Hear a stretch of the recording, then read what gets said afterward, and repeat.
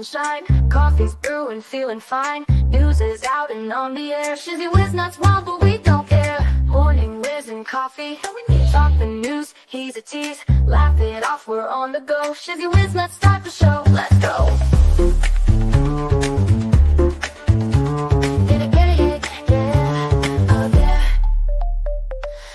Spinning in the breeze, stupid jokes, he's such a tease. Sip the Java with a smile, pants are off but stay a while. Morning whiz and coffee, talk the news, he's a tease. Laugh it off, we're on the go. Shizzy whiz, let's start the show, let's go.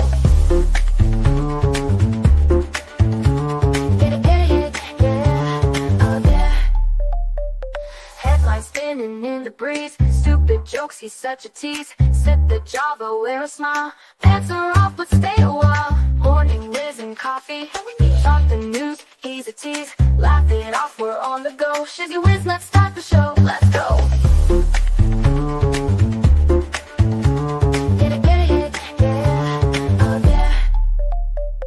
Serious is overrated, every day we're caffeinated. Talk the town but in a jest, morning whiz is always best.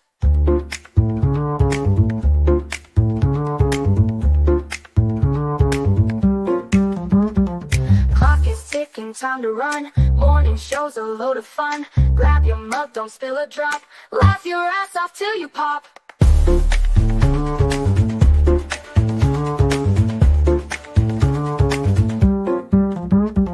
Clock is ticking, time to run. Morning show's a load of fun. Grab your mug, don't spill a drop. Laugh your ass off till you pop.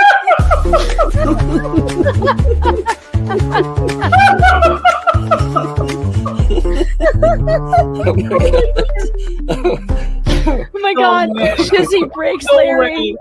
Shizzy broke Larry.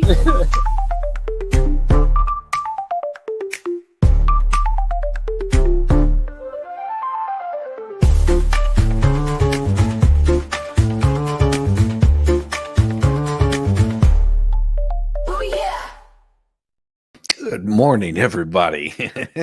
You know, you don't see it whenever I have that playing, but I'm back here dancing the whole time. That song is so much fun. I get a kick out of it. I hope you guys are having a wonderful morning this morning and just enjoying life just a little bit more. And I hope that we've made it fun over here for you guys, because this is supposed to be a little bit more about having some fun than getting all upset, depressed because, oh my gosh, my name is getting dragged into court. Ambulance. Speaking of courts, oh my gosh. I don't know if you've heard this. Love from the Netherlands. Welcome.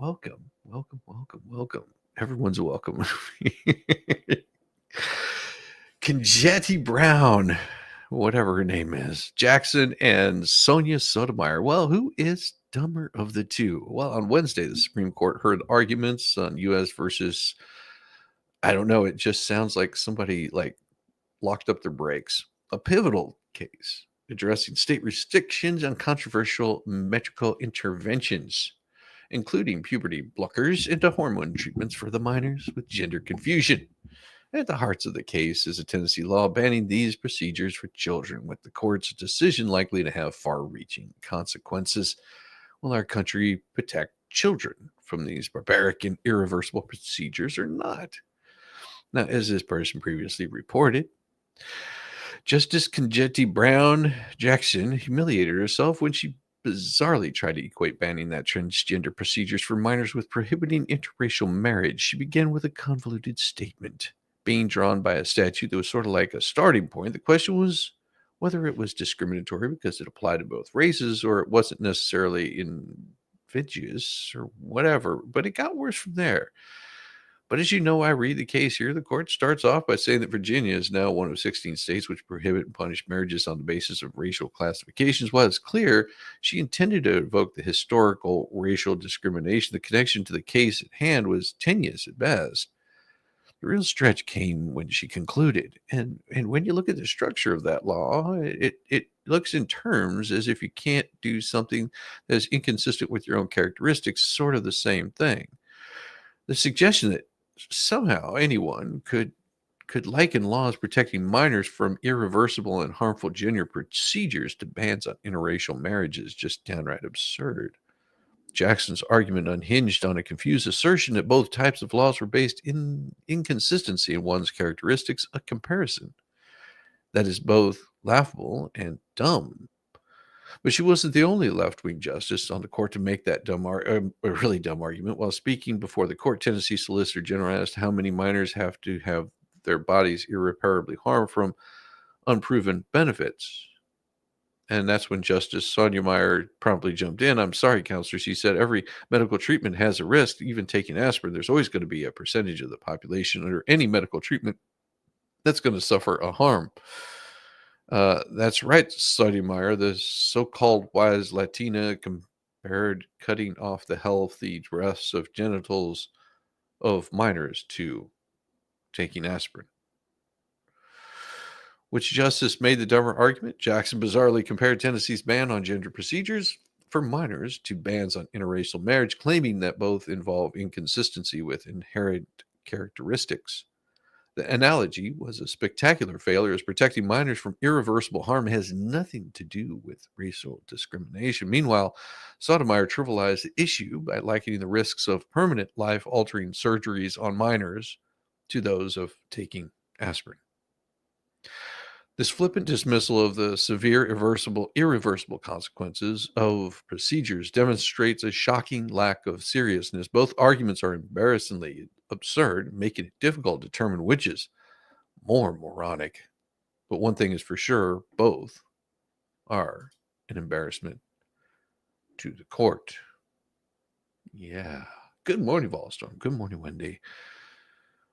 And of course, we have this one here that says it is never okay to use the term gender affirming care. Words matter, especially in today's cultural and political battles, and we have to start being more aware of the words and terms that the left uses to sway public opinion on divisive political issues. This week, for example, the Supreme Court is hearing arguments about Tennessee's ban on the transgender procedures and puberty blockers for minors. The mainstream media is doing everything it can to influence public opinion on the issue by using the deceptive phrase gender affirming care when reporting on the issue. The Supreme Court on Wednesday appeared sympathetic to Tennessee's efforts to restrict access to gender-affirming care for minors experiencing gender dysphoria as the justices stepped into the politically charged debate over health care for transgender youth, as reported by CBS. Majority of the Supreme Court seems reluctant to block state bans on gender-affirming care for minors, reads a headline on the Boston Globe. And it goes on with the Supreme Court seems reluctant to block state bans on gender-affirming care for minors by Associated Press. But you have to remember, this term gender-affirming care is used to describe the use of surgeries, cross-sex hormones, puberty blockers to treat individuals experiencing gender confusion. However, adopting this language is not a neutral act. It validates a false narrative that gender is fluid and can be changed through medical intervention, and that such medical intervention is correcting a problem up here. The word affirming applies that validation, making it sound compassionate and kind. However, the procedure and treatments the left calls gender affirming are anything but that. For years, we've been reporting on irreversible dangers of puberty blockers, cross-sex hormones, including infertility, bone density loss, and the cardiovascular issues. Cancer. Surgeries such as double mastectomies or gentle reconstruction permanently alter healthy bodies and often leave individuals with lifelong medical complications that are painful and grotesque. By calling these procedures gender-affirming care, advocates of this ideology seek to shield them from scrutiny. The phrase is carefully crafted rhetorical tool to disarm critics and silence debate. Calling the butchering of healthy body parts gender-affirming deliberately obscures the reality that these interventions are experimental, irreversible, and often regretted. Even worse, when conservatives or skeptics of transgender ideology repeat the term gender-affirming care, they lend credibility to the idea that these treatments are valid and beneficial. Using the language plays into the hands of those pushing for the normalization of irreversible medical interventions on children and adults. We've seen this kind of thing before on the abortion debate. We see abortion advocates euphemize the procedure of killing a child by calling it choice, reproductive rights, or reproductive freedom.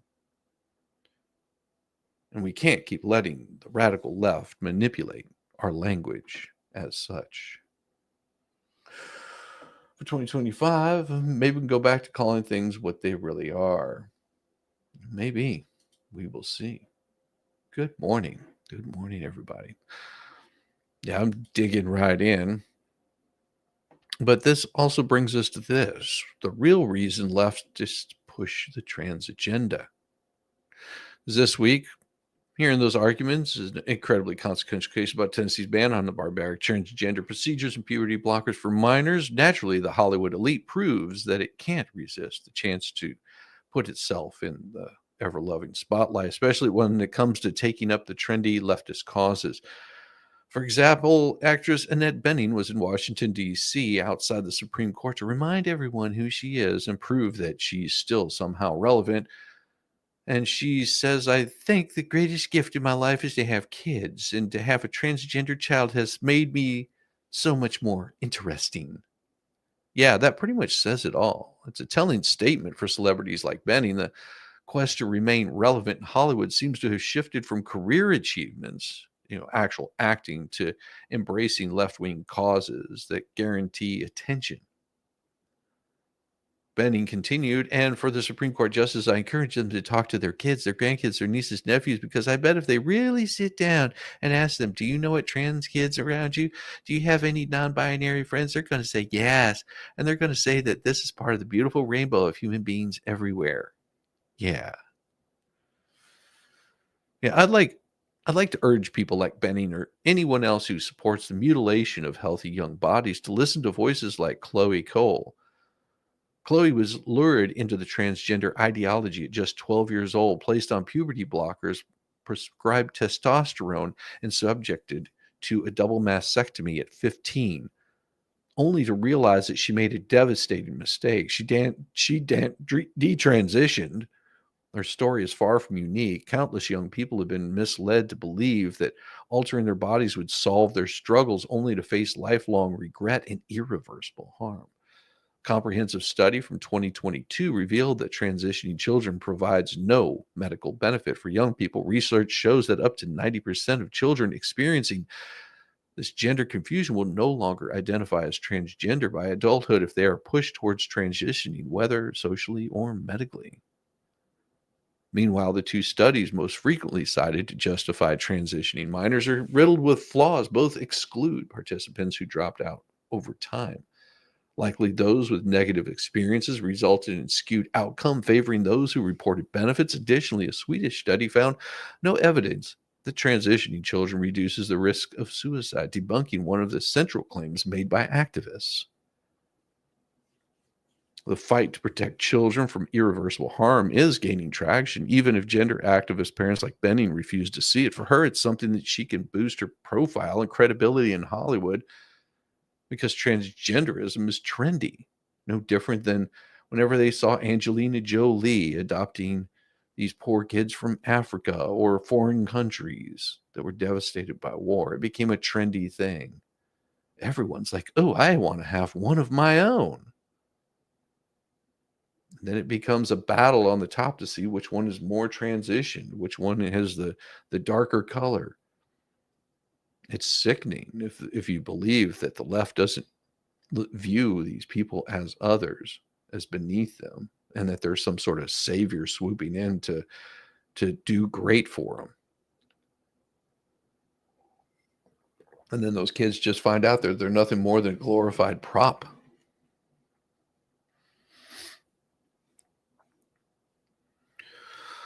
Heck, even Bill Maher admitted to it last year. I know people hate to hear this, but obviously it's true. There's an element of social contagion, or else transgenderism wouldn't be so prevalent here in California, not in Indiana. It wouldn't be regional. Leftists and Hollywood celebrities have fully embraced the trend of virtue signaling their support for mutilation of children because they think it boosts their social standing within left-wing circles. Selfishness drives their motivations rather than concern for the irreversible harm inflicted on vulnerable children, or the countless lives shattered by this ideology. It's deeply tragic and disturbing that aligning with such a destructive and evil agenda is something they proudly chose to champion. And when it comes back to bite them on the ass, they'll cry, "Woe is me." It really is sad.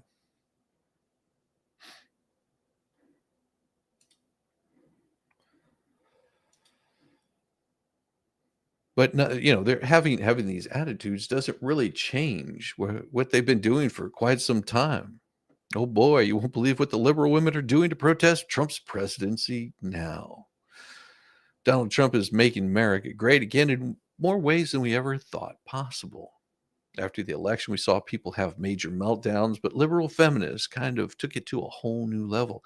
They headed to social media to curse, to cry, to scream, to vow to never attend holiday events with friends and family members who voted for Trump. They shaved their heads. They promised to stop dating, marrying, or having sex with men. And to be honest, it was all quite a bit damned entertaining. But now they're taking it just a little bit further, and I don't think it's quite the flex they think it is. They're sterilizing themselves. These women are so afraid that Trump and the Republican majority in Congress are going to take away their ability to have an abortion that they're opting for painful elective surgeries that will permanently change their bodies. Last week, Newsweek spoke with some women who are taking their Trump derangement syndrome into the operating room. "If I'm to be denied any rights in the next 4 years, I will not give them up without a fight," one Texas woman who underwent, I don't know what that is, to have her tubes removed. That just sort of a bit like throwing the baby out with the bathwater, but okay. Another anonymous woman from Washington who underwent the same procedure said, "I am not happy that I felt forced into a surgery. I did not want to alter my body. I felt like the election tied my hands and forced me to be sterilized, and that's horrible." She said she has known her whole life that she didn't want to be a mother due to some trauma she experienced in her childhood. She's currently 39 and married to a man who has a vasectomy, for what that's worth. She also said she scheduled the surgery in advance with plans to cancel if Camel Toe won the election. "We both believed that I had no choice but to proceed to ensure that I can protect my health should I be assaulted during a Trump presidency, should my husband's vasectomy fail, and or should my hormonal birth control become inaccessible." Wow. Another claims to be asexual, which I assume means she's not having sex with anyone, but she is afraid she'll be attacked and raped and won't have abortion access. And yet another says she has gynecological issues all her life and her body couldn't handle a pregnancy. One even called getting pregnant worse than death. Some cited their fear of medical procedures and the mistrust of healthcare professionals, to which I asked, what do you think an abortion is and who do you think performs it? I don't know if I lived my life in fear of being raped all the time or becoming pregnant when it could possibly kill me, or simply knew from childhood that I didn't want children due to past traumatic experiences. I think I would have taken matters into my own hands regardless of who was president. I was raised to believe that if you don't want to get pregnant, you either don't have sex, or when you do so carefully and use birth control. However, some of the women seem to think Trump is going to take that away from them too, even though he hasn't said anything that even hints at that absurd idea. He has even said he would veto a national abortion ban. Do these women actually listen to what he says, or do they rely on The View and Joy Reid to get their news? I'm not going to go out a limb here and suggest that these women are not critical thinkers, and now they're just doing us all a favor by strengthening the gene pool. They're saving us from a future generation of, well, people just like them. Wow. Good morning. Good morning, Spider. Good morning. Good morning. How you doing? Good to see you. Good to see you. Hey, I'm just reading what's on the paper. This is crazy that women are doing that. Who would be such a fool to go and mutilate their bodies like this? I don't know. To me, that just seems really crazy. I've never understood because you've got some different ideology that you'd want to damage or hurt yourself like this. But hey, I've got no fight in this one. Got no fight in this one here at all. What the hell is this? Got what time is it? It's almost 7 o'clock. 7 o'clock, we'll take a little break. I'll get some more coffee, but we've still got about I don't know, less than 10 minutes. Oh my. So did you guys have a good time last night? I hope you did. I really did. We had a blast over here last night. I think our sides are still hurting this morning from it. It was a nice breath of fresh air. It really was, just to get things going. We had the wonderful Volstorm, and of course Yamaha Biker. If you missed it last night, you definitely want to go back and check it out, because I think once we got rolling, it got worse and worse and worse and worse. I think at some point I might have just broken a couple of stitches in my side. It was definitely worth it. Well, not as funny as this, guys. The Canadian cautionary tale gets worse all the time. Happy Friday, dear Cruiser Morning Briefing friends. Clark Wood has reached a breaking point with the big sunscreen and ongoing sweat-proof lie. I've never quite gotten the purpose of Canada. Sure, if I were a hockey fan, I'd have a greater appreciation for it, maybe be able to understand why it even exists. Okay, Canada has currently given us repeated glimpses of how badly things can go wrong in a supposedly free country when a whacked out leftist is in charge for way too long. For almost a decade now, our neighbors to the north have been suffering under one of the worst 21st century heads of state, not named King Jong something or other. Justin Trudeau has been dragging his knuckles and his country into every leftist cesspool he can find for reasons that are difficult to fathom. The Canadian people have been voluntarily subjecting themselves to Trudeau's radical ineptitude, as my friend and hot air colleague John Sexton wrote yesterday. That shouldn't last much longer. Earlier in the week, President-elect Donald Trump joked, we think, to Trudeau that Canada could become our 51st state if he didn't like the tariffs that will be coming next year. That might be the only move that can save Canada from itself, and this is something Catherine wrote about yesterday.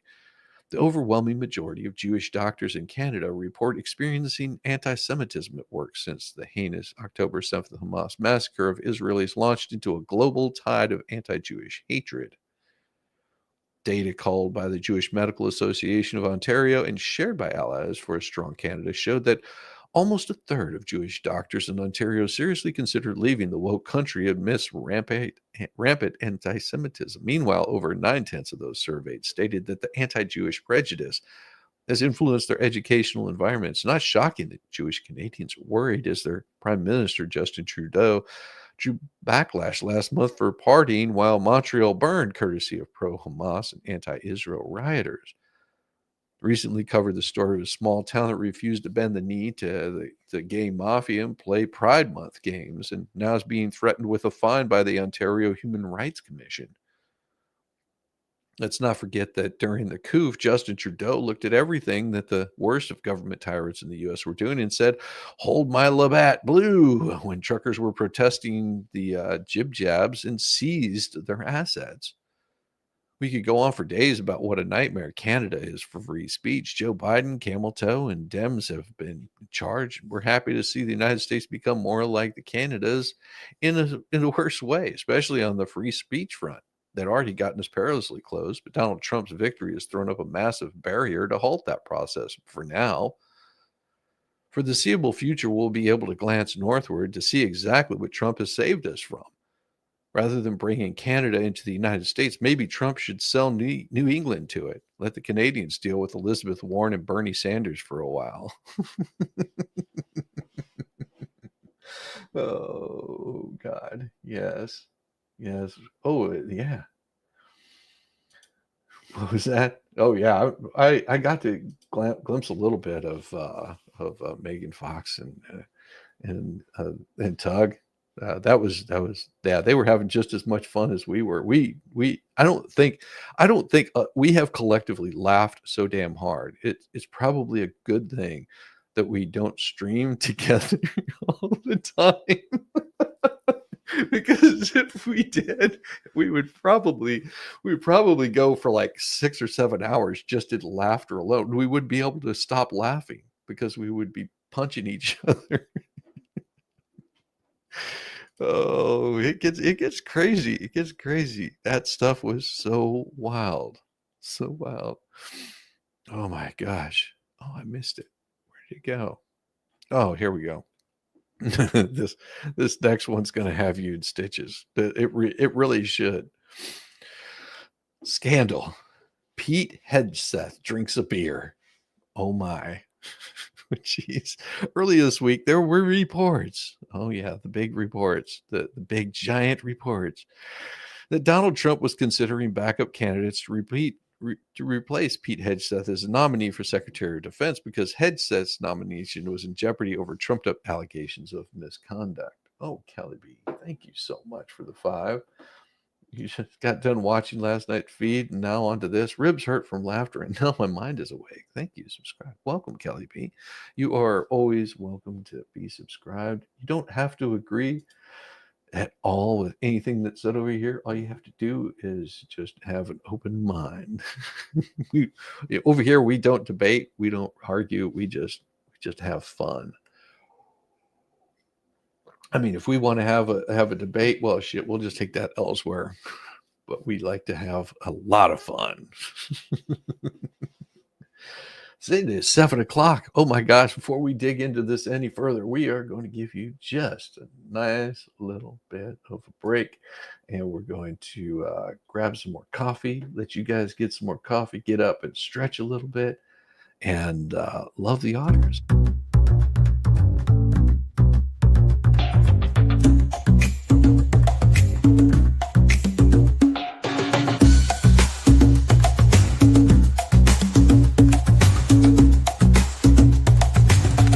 Shizzy, when it's chat we thrive, where Shizzy does dance and memes arrive.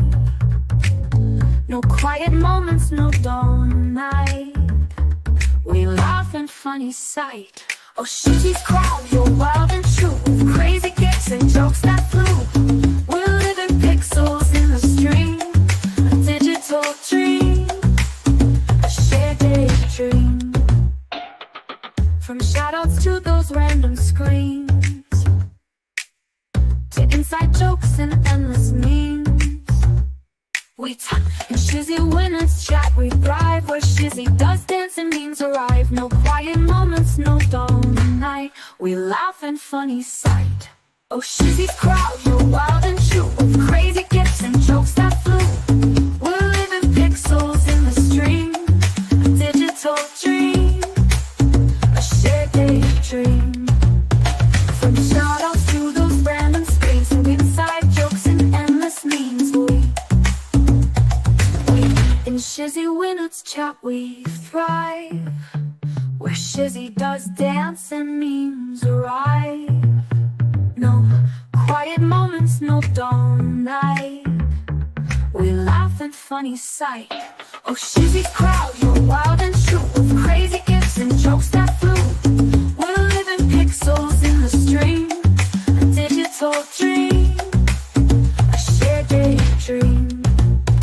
From shoutouts to those random screens, inside jokes and endless memes. We type our hearts, we spam the love. Our chat rooms like a lit up club. Oh, chat rooms like a lit up club. Oh, Shizzy's crowd, you're wild and true, with crazy gifts and jokes that flew. We're living pixels in the stream, a digital dream, a shared daydream. Ooh, yeah, we come together night and day. We laugh, we play in our own way. A family in a cyberspace, loving hearts in this virtual place. Oh, Shizzy's crowd, you're wild and true, with crazy gifts and jokes that flew. We're living pixels in the stream, a digital dream, a shared daydream. dream.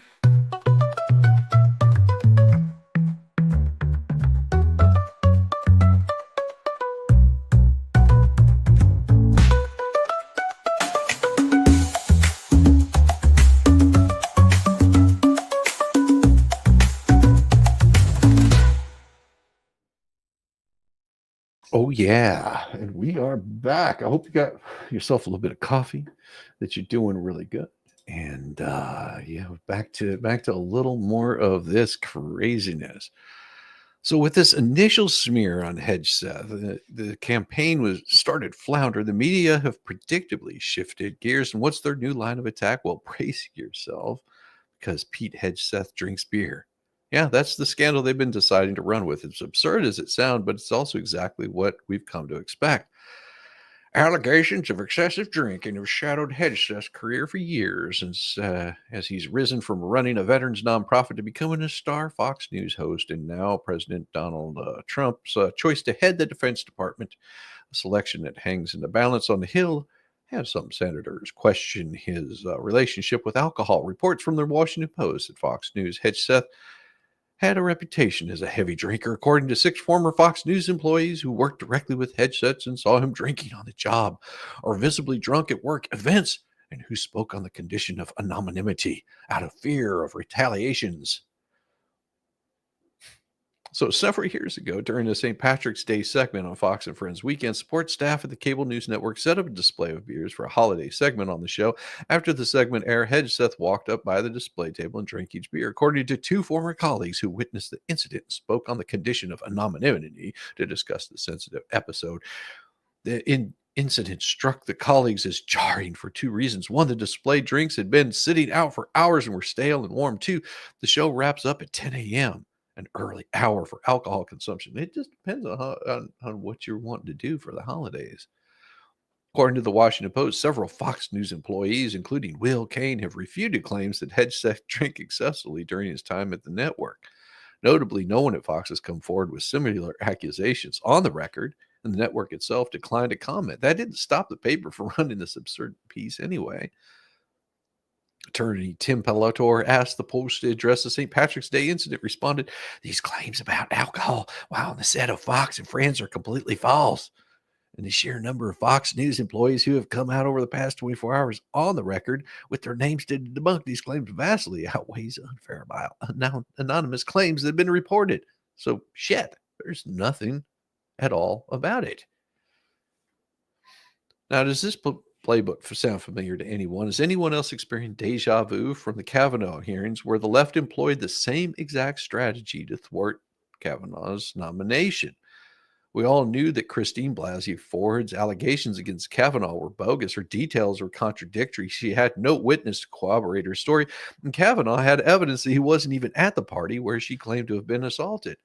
While there's little reason to relegate that craziness, it's easy to forget that Democrats are so desperate to stop Kavanaugh's nomination, they were literally asking him about teenage drinking games during his confirmation hearings.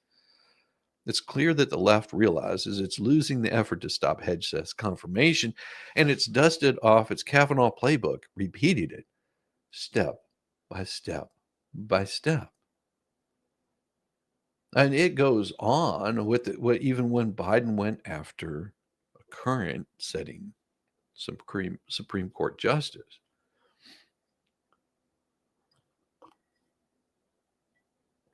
But it's not going to stop them. Well, going into these confirmations, it's going to be the same thing over and over again. We're going to see more of this. Morning, Jenny. How are you doing? Good to see you. It's funny that's not even Jenny's name. If it's who I think it is, her name isn't even Jenny. She says, "It's a good thing my name isn't Jenny." But if you look at the name, if I'm not mistaken, that's Jenny 867533209. If I'm not mistaken, it is. See, yep. Hey Jenny, how you doing? Jenny 8675309. That's awesome. I love it. I love it.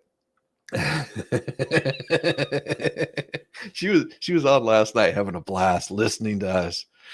Yes, it is quite humorous.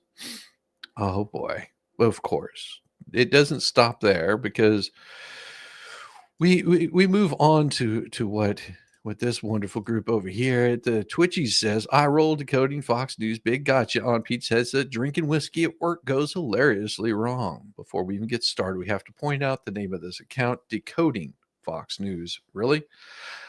What is there to decode? What does this person think that Fox News is sharing stories on in Morse code or something? Maybe we should form an account called Decoding MSNBC. Then again, if we did, we'd probably have to provide some sort of therapy for the person running it. Can you imagine trying to make sense of that bullshit all day? Yeah, no thanks. Speaking of crazy, she has receipts, and this right here is. Keep going. Keep going. We're good. You got it.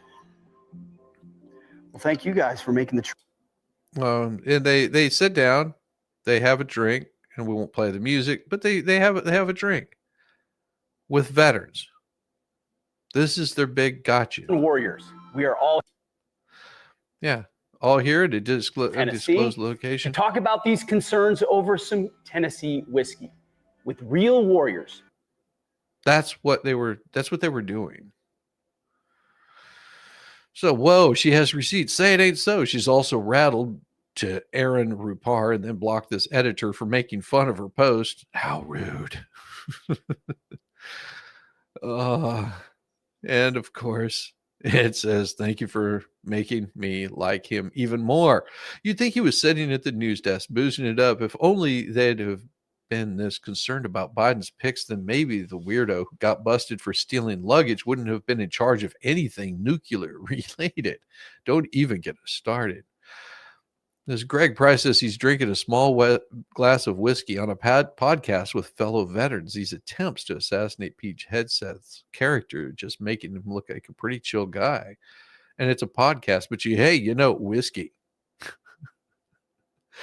Case number 352, why Democrats lost male voters across all demographics. It's a podcast with veterans. Anyway, here's a mugshot of Tim Walz after speeding 96 miles an hour in a 55 and blowing up .128.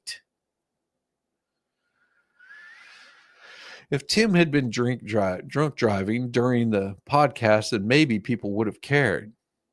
Ha ha ha ha ha ha ha ha ha ha ha ha ha ha ha. That's funny. Did you see this? I just noticed something down here. Why are they talking about me? Shiznit hits fan is acting secret. What? They better not be talking about me. They better not be talking about me, these bastards. Oh my gosh. It is so crazy. It is so crazy that now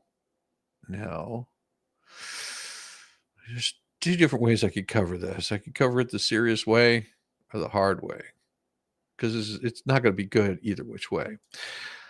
This right here, the CEO assassin left messages on bullets, physical evidence left behind, and an indecipherable motive: depose, defend, deny. According to New York detectives, these three words were etched into shell casings of the bullets that deleted CEO Brian Thompson on Wednesday morning. Some killers like to leave notes, and the police, of course, must carefully parse each clue, desperate to unravel a motive, a personal connection, anything that might reveal the killer's identity. But the sad truth is, humans are diverse, cruel, and deviously creative. When you doom scroll through the annals of criminal history, the tragic theme that emerges is that we slaughter each other for all kinds of reasons, large and small, justifiable and psychotic. Makes it tricky to pinpoint a motive for any single one murder. Sometimes we do it for fun. Other times it's to make a larger socio-political point, or it could simply be vengeance for a marital disloyalty. Personal betrayals can turn your heart cold, but the three biggest reasons why we do this are robbery, jealousy, and vengeance. When you factor in mental health issues, it could quite literally be any delusion imaginable. If you were playing amateur detective in 1981, attempting to decipher John Hinckley Jr.'s motives after he tried to assassinate Ronald Reagan, it probably would have taken you a few days before you slapped at your head and exclaimed, of course, he wanted to impress Jodie Foster. People are weird. It's not pleasant to think about, but we're all extraordinarily vulnerable. All of us, from the lowliest bum on the street to the wealthiest king on his throne. If one person wants to kill you badly enough, there's not a whole lot you can do. And there's not a whole lot anyone can do. We know that Brian Thompson, age 50, kept a relatively low public profile. Usually the CEO is the public face of his company and the anthropomorphism of a faceless, bloodless, lifeless corporation. So Thompson could have been specifically targeted by an unhappy patron of United Healthcare. He could have also been targeted because he symbolized the faults and shortcomings of our healthcare system writ large. Ever since the mayhem, lies, the paranoia of the coup, there's no shortage of Americans pissed off at our healthcare coverage. We all know someone who was screwed over by the system. Many of us know multiple people. That's a lot of suspects with motives. I don't want to include a video of the shooting. It's been replayed enough already. If you care enough, you can find it online. Obviously, it is morbid and gross, and psychologically, who knows the long-term harm when millions of prepubescent kids are watching Thompson get deleted while casually eating their frosted flakes. It's not healthy. Despite all our impressive technology and veneer of civility, we're not really that different from the Romans in the Colosseum cheering for blood to be spilled. Humans are going to human. But the video of the shooting shows a man who is calm and focused. He seemed familiar with the firearm he used, as New York City Police Commissioner Jessica Tisch told the media. Every indication is that this was premeditated, pre-planned, targeted attack. The killer had a silencer, subsonic ammunition, and when his weapon jammed, he quickly fixed the problem and shot again. Some ex-FBI agents have described him as clear, seasoned professional killer. He was also self-aware enough to shield his identity from cameras and bystanders, and cagey enough to plan a quick getaway. But on the other hand, if it was a professional hit, it's odd that he didn't wear gloves. Why hide your face but not your hands, especially on a cold December morning in New York? And why would a professional hitman travel with a cell phone? In addition to 3 shell casings etched to the words delay, deny, and defend, the police also found a cell phone abandoned in the alley where the killer initially fled. It's possible the cell phone was deliberately left behind, but if it was handled by a barehanded killer, it probably has fingerprints. Why would a killer go to such lengths to avoid attention but abandon a cell phone? What does a professional hit mean anyway? You can hire hitmen for embarrassingly little money. He might be a professional, but in the literal sense, he's probably not an ex-CIA assassin or anyone with Hollywood-style training. In other words, the professional hitman you hired on the dark web is less likely to be John Wick and more likely to be an unstable addict with more debts than morals, or even the FBI or the CIA itself. Still, in this world we're living in today, the world of chaos, danger, and uncertainty, we're all exceedingly vulnerable. And, well, hell, sleep well, America. So insane. But there's also this story that came out that this healthcare CEO, Brian Thompson, was under investigation for insider trading.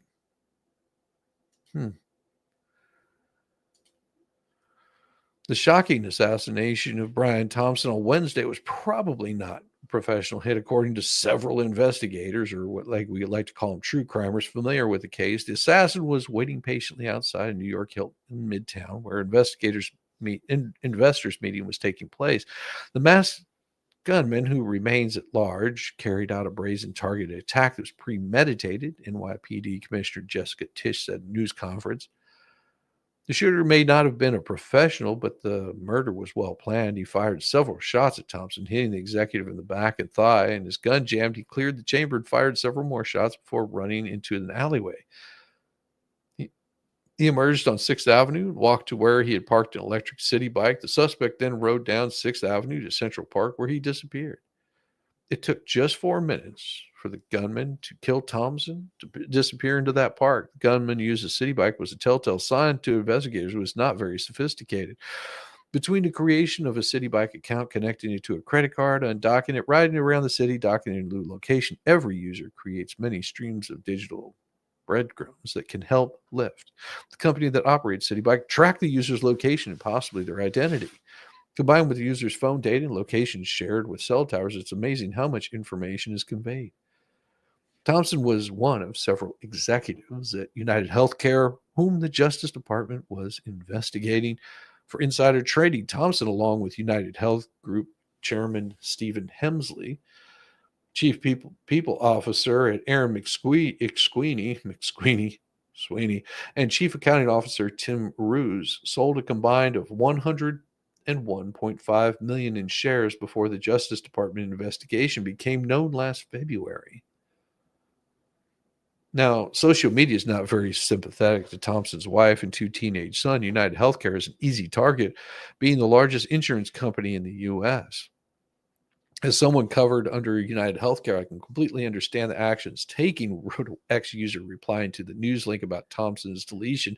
Being investigated is as a possible hit. According to a statement from law enforcement, did he have a pre-existing condition? Asked another. And under an ABC News TikTok on police officers' efforts to find him, a user asked, why are they investigating this? That's pretty sick. The assassin left a chilling message on the casings that were found at the scene: deny, defend, depose. Those words are in the title of a book of how insurance companies deny coverage to their customers. Interesting turn on the case is the words deny, defend, and depose, which also happen to be the name of a book about how insurance will pay claims, are discovered by detectives on the shell casings found at the scene. Thompson's killer will be caught sooner rather than later. We'll be surprised if the reasons are even intelligible. I haven't been drunk in 22 years now. I woke up and said, F you to X in the bottle. Well, that sucks. Sorry to hear that.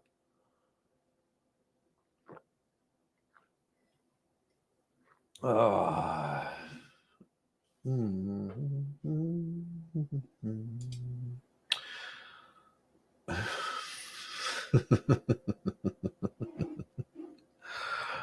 my, oh my.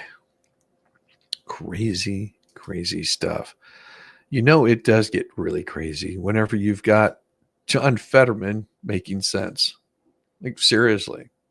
You know it's gotten really crazy whenever John Fetterman makes sense. John Fetterman offers an unlikely plan to bind up the nation's wounds. The most sensible Democrat in the land, John Fetterman, is still a man of the left, and so moments of madness are almost as frequent from his moments of insight, but he has come a very long way down the road that most leftists never travel at all. On Thursday's exposed episode of The View, of all places, he demonstrated remarkable and unprecedented honesty among leftists regarding the legal persecution of Donald Trump and offered his intriguing suggestion for what could be done to end it. He still isn't all the way out of the cult, but Fetterman's heart is clearly in the right place.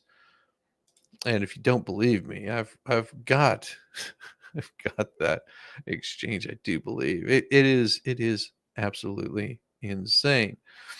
Yeah, here it is right here. Here it is right here. This is John Fetterman on The View.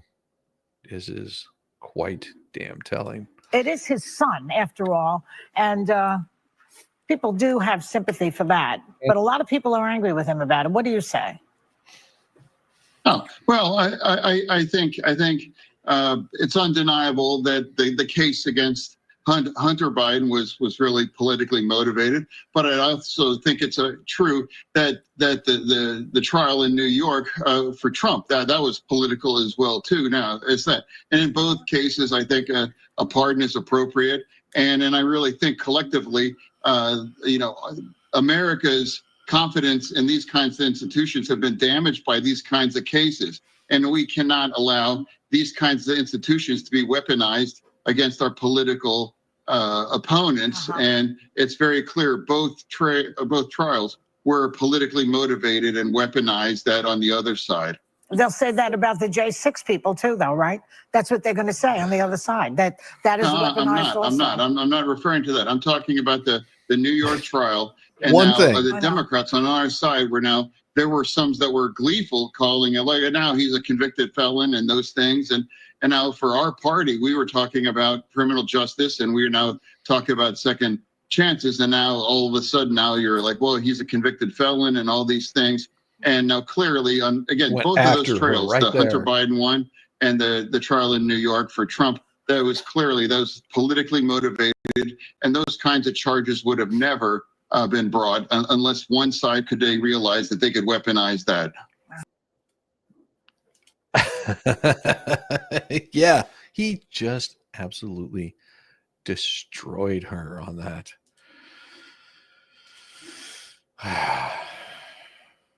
Fox News reported Thursday that Fetterman told the assembled heretics of The View not only that the case against Trump was politically motivated, but also the case against Hunter Biden was likely a partisan affair. Well, Senator, you're batting .5. It was remarkable to hear a Democrat admit that the case against Trump was a political persecution designed to put him out of the running for re-election, but that doesn't change the fact that Hunter Biden appeared to be guilty of some very real and extremely serious crimes. And that old Joe has done the nation a grave disservice by helping him escape justice and proving once again that no one is above the law except well-connected far-left Democrats. I think it's undeniable. Fetterman asserted without evidence, as the establishment media likes to say of Trump, that the case against Hunter Biden was really politically motivated. Then, however, this is most unlikely of clear-thinking leftists, demonstrated once again his ability to reason for himself and the courage to depart from the party line. But I also think Fetterman added, it's true that the trial in New York for Trump, it was political as well, too. Now, in both cases, I think a pardon is appropriate. A pardon is not actually appropriate. For Trump to accept a pardon would be a tacit admission that he had done something wrong. Trump should continue fighting all of these cases until the very last one is withdrawn so that the American people and the world at large can see beyond any shadow of a doubt that there was nothing to them in the first place, beyond the Democrats' willingness to corrupt the justice system in pursuit of the destruction of the man they hate and fear above anyone or anything else in this world. What's more, the case against Trump in New York doesn't involve any federal charges, so Biden couldn't issue a pardon even if he wanted to. Nevertheless, even if Biden's handlers prompted him to make a statement admitting that all the cases against Trump were mere partisan political lawfare and that the noble pursuit of justice, it would go a long way toward binding the nation's wounds and enabling us to move forward as one nation with malice towards none and charity for all. That, of course, will never happen, even if old Joe lives to be 1,000,000 years old, which he's pretty close to doing. Fetterman, however, was on point, at least in regard to the cases against Trump, when he added, and I really think collectively, Americans' confidence in these kinds of institutions has been damaged by these kinds of cases. We cannot allow these kinds of institutions to be weaponized against our political opponents. It's very clear both trials were politically motivated, weaponized on the other side. At that point, Joe Biden decided, Bihar, Butthead, decided another case against the Democrats' legal persecution of Trump. The phony January 6th insurrectionists suggested the incoming Trump administration would be defending a pardon for them using a similar argument to the one offered by Fetterman. In reality, Trump needs to go much further than saying the January 6th prosecutions were politically motivated. He needs to call them out as a crime against innocent people that they were and call for a full and open investigation of the left's fabrication of the entire insurrection narrative. Well, Fetterman, he wouldn't go that far, of course, but he replied with a bit more of his newly emerging common sense. He says, I'm talking about the New York trial and now the Democrats on our side, and that there were some that were gleefully calling, now he's a convicted felon, those things. And now for our party, we were talking about criminal justice, and we're not talking about second chances. And now all of a sudden, now you're like, well, he's a convicted felon and all these things. And seeing down the party line hacks of The View get called out for their hypocrisy was delightful. And here's to John Fetterman for getting more attacks of common sense. Cheers. Yes. Love it. Getting called out is never going to be good. But of course, the left is going to go even more apeshit over this because Trump names a private sector astronaut to run NASA's. He's once again broken the mold, named a billionaire entrepreneur, Jared Isaacman, to head the National Aeronautics and Space Administration. Isaacman financed and flew 2 missions on Elon's SpaceX Falcon 9 rocket and Dragon capsule. He started his company Shift 4 Payments in 1999 after dropping out of high school. He sounds like an anachronism, a throwback to NASA's glory days. With the support of President Trump, I can promise you this: we'll never again lose our ability to journey to the stars and never settle for second place, he added. Americans will walk on the moon and stars, and in doing so, we will make life better here on the earth. And now that's more like it. Reaction from the space community was mostly positive. Keith Cowing of NASA Watch says he understands science because he jam-packed as much science as he possibly could into his missions. He understands risk. He's taken it. He understands what things cost because he's paid for it. John Grunsfeld, a former NASA Associate Administrator for Science who flew 5 times on the space shuttle, says Isaacman is definitely an out-of-the-box candidate. He doesn't have government experience. He doesn't have previous NASA experience. He doesn't come from the NASA contractor or science side. But it makes perfect sense when you think President-elect Trump and Elon Musk. Indeed, Musk and Isaacman are close friends, and the awesome potential of a collaboration between the two bodies well named for manned spaceflight. Jared will drive the NASA's mission of delivery and inspiration, paving the way for groundbreaking achievements in space science, technology, and exploration, Trump said on Truth Social. The thorniest and most immediate issue facing Isaacman will be the future of the Artemis project, which is supposed to return NASA to the moon by 2026. It's already years behind schedule and tens of billions of dollars over budget. The Space Launch System and the Orion spacecraft had one successful unmanned test run going to the moon and returning to Earth, and in 2025, the Orion will be crewed but not land on the moon. The lander is still being developed by SpaceX and may set the Artemis program back again. Isaacman may decide to downgrade the Artemis program and move directly to Musk's plan to go to Mars, possibly before 2030. Although that's certainly on the far end of the ambition, Isaacman will run into the usual bureaucratic inertia and getting anything done at NASA. His enthusiasm may be enough to overcome obstacles and compete on an even plane with China for supremacy in space. Crazy, crazy stuff.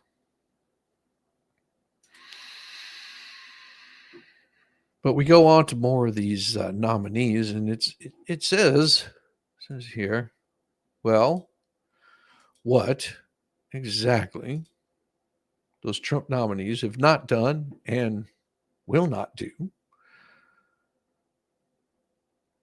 It's that resounding November defeat that the left now believes it can magically rebound by destroying Donald Trump's cabinet nominees. Many of his picks were outside the usual DC political media and corporate nexus, but that's precisely the point, to insert reformers into a bloated, incompetent, and weaponized government who are not part of it. Trump's nominee for FBI director, Kash Patel, is already drawing severe criticism, as we saw yesterday. His fierce enemies cannot go after his resume since he spent a lifetime in private congressional and executive billets, both in investigations and in intelligence. Instead, they claim he is too vindictive and does not reflect the ethos of the FBI. But what will Patel not do as a new director? He will not serially lie under oath to federal investigators, as did interim FBI Director Andrew McCabe and a current Patel critic. He will not forge an FBI court affidavit in which, as did a convicted felon agency lawyer Kevin Kleinsmith, he will not claim amnesia 245 times under congressional oath to evade embarrassing admissions, as did Director James Comey. He will not partner with a foreign national to collect dirt and subvert presidential campaign, as FBI did with the Christopher Steele in 2016. He will not use FBI to draft social media to suppress news unfavorable to the president candidate on the eve of an election. He would not have suppressed FBI knowledge that Hunter Biden's laptop was genuine to allow a lie to spread that was Russian disinformation on the eve of a 2020 election. He will not raid the home of an ex-president with SWAT teams, surveil Catholics, monitor parents at school board meetings, or go after pro-life peaceful protesters. Decorated combatant Pete Hegseth is another controversial nominee, as we talked about today, for Secretary of Defense. What will Hegseth likely not do? Go AWOL without notifying the president of a serious medical procedure, as did current Secretary Lloyd Austin. Install race and gender criteria for promotion, mandate diversity, equity, inclusion training. Insinuate falsely that cabals of white supremacists had infiltrated the military only to alienate the entire demographic and thus ensure the Pentagon came up 40,000 recruits short.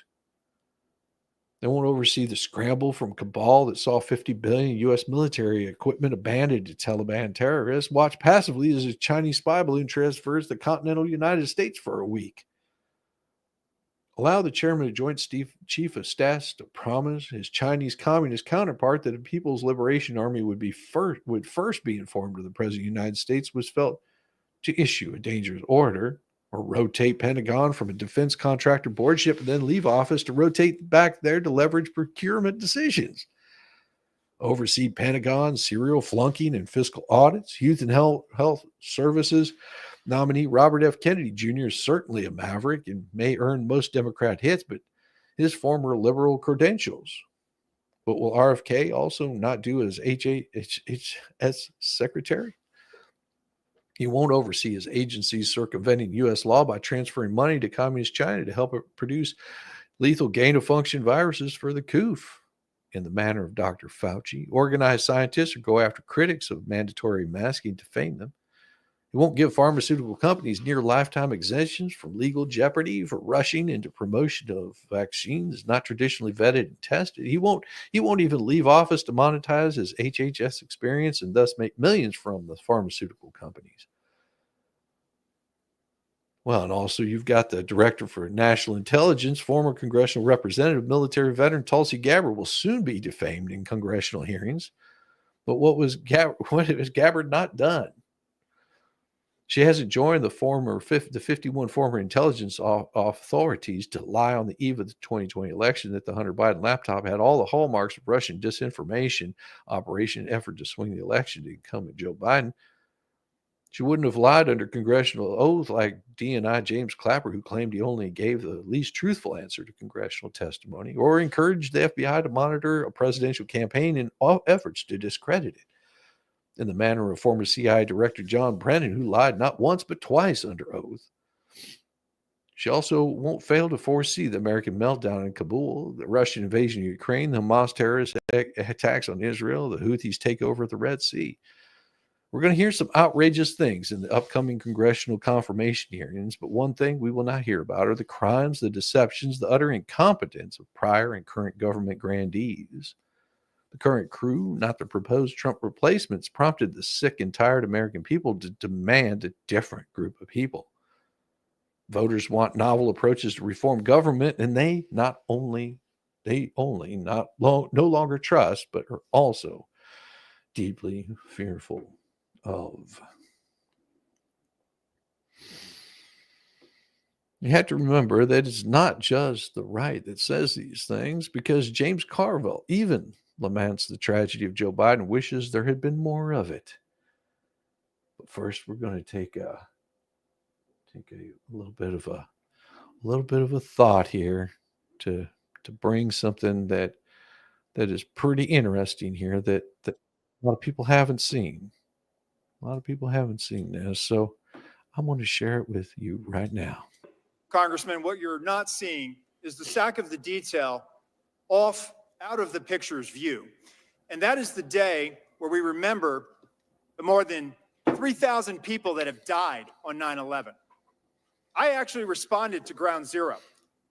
I was there going through the ashes of the World Trade Center. Mm-hmm. I was there at Fresh Kills. I'm not asking you that. I'm asking you, Congressman. Were you the special agent in charge? To show respect for a Secret Service member that died on 9/11. Oh, that you're trying to be. Do not invoke 9/11 for political purposes. Oh, I'm not. I'm invoking this. You are, sir. Gentlemen, and you are out of line. I would like to ask him a question, please. You are out of line, Congressman. Don't try to bully me. I am an elected member of Congress, and I'm asking you a serious question, and you are playing politics. I am a public servant who has served this nation, and you won't answer the question. On our country's darkest day. Committee will come to order. Committee will come to order. I'm asking you serious questions for the American people, and they're very simple. They're not trick questions.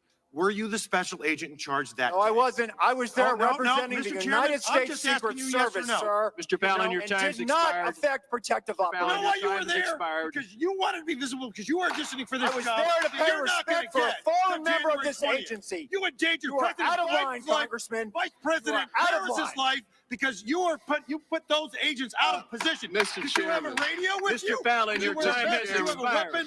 I did, sir, and you are out of line. Mr. Chairman. Yeah, these two guys go in a screaming match on each other. Oh my God. Oh my God. But we have something even better than that. We have something even better than that. It's going to make you love it. Here we go. This is good for you. Hey, what are you doing? Oh, you didn't like that? Hey, what'd I tell you? Get away from there.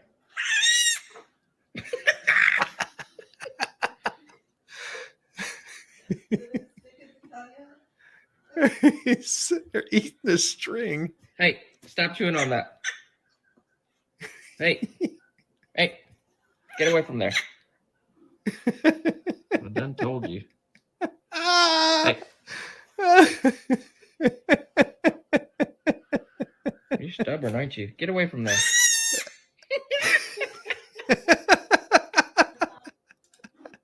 Oh, good morning, Connie Carlson. Good morning. See, you still have to find some sort of humor in all of this crap. Still have to find some humor in all this crap. Because we have some of the craziest crap here just for you. Nothing like being blackballed by a goat. Back talked. I'm sorry that you say nothing like being blackballed by a goat. I was like, geez. Yes, nothing like being black talked by a goat. It is crazy. Oh, baby goat. Yeah, baby goat. You want to see something else crazy? This is the most corrupt mayor blames losing on her color. The most corrupt mayor, Tiffany Henyard, is now blaming her losing her re-election on her being black. Y'all should be ashamed of y'all stuff. Y'all black. Y'all are black.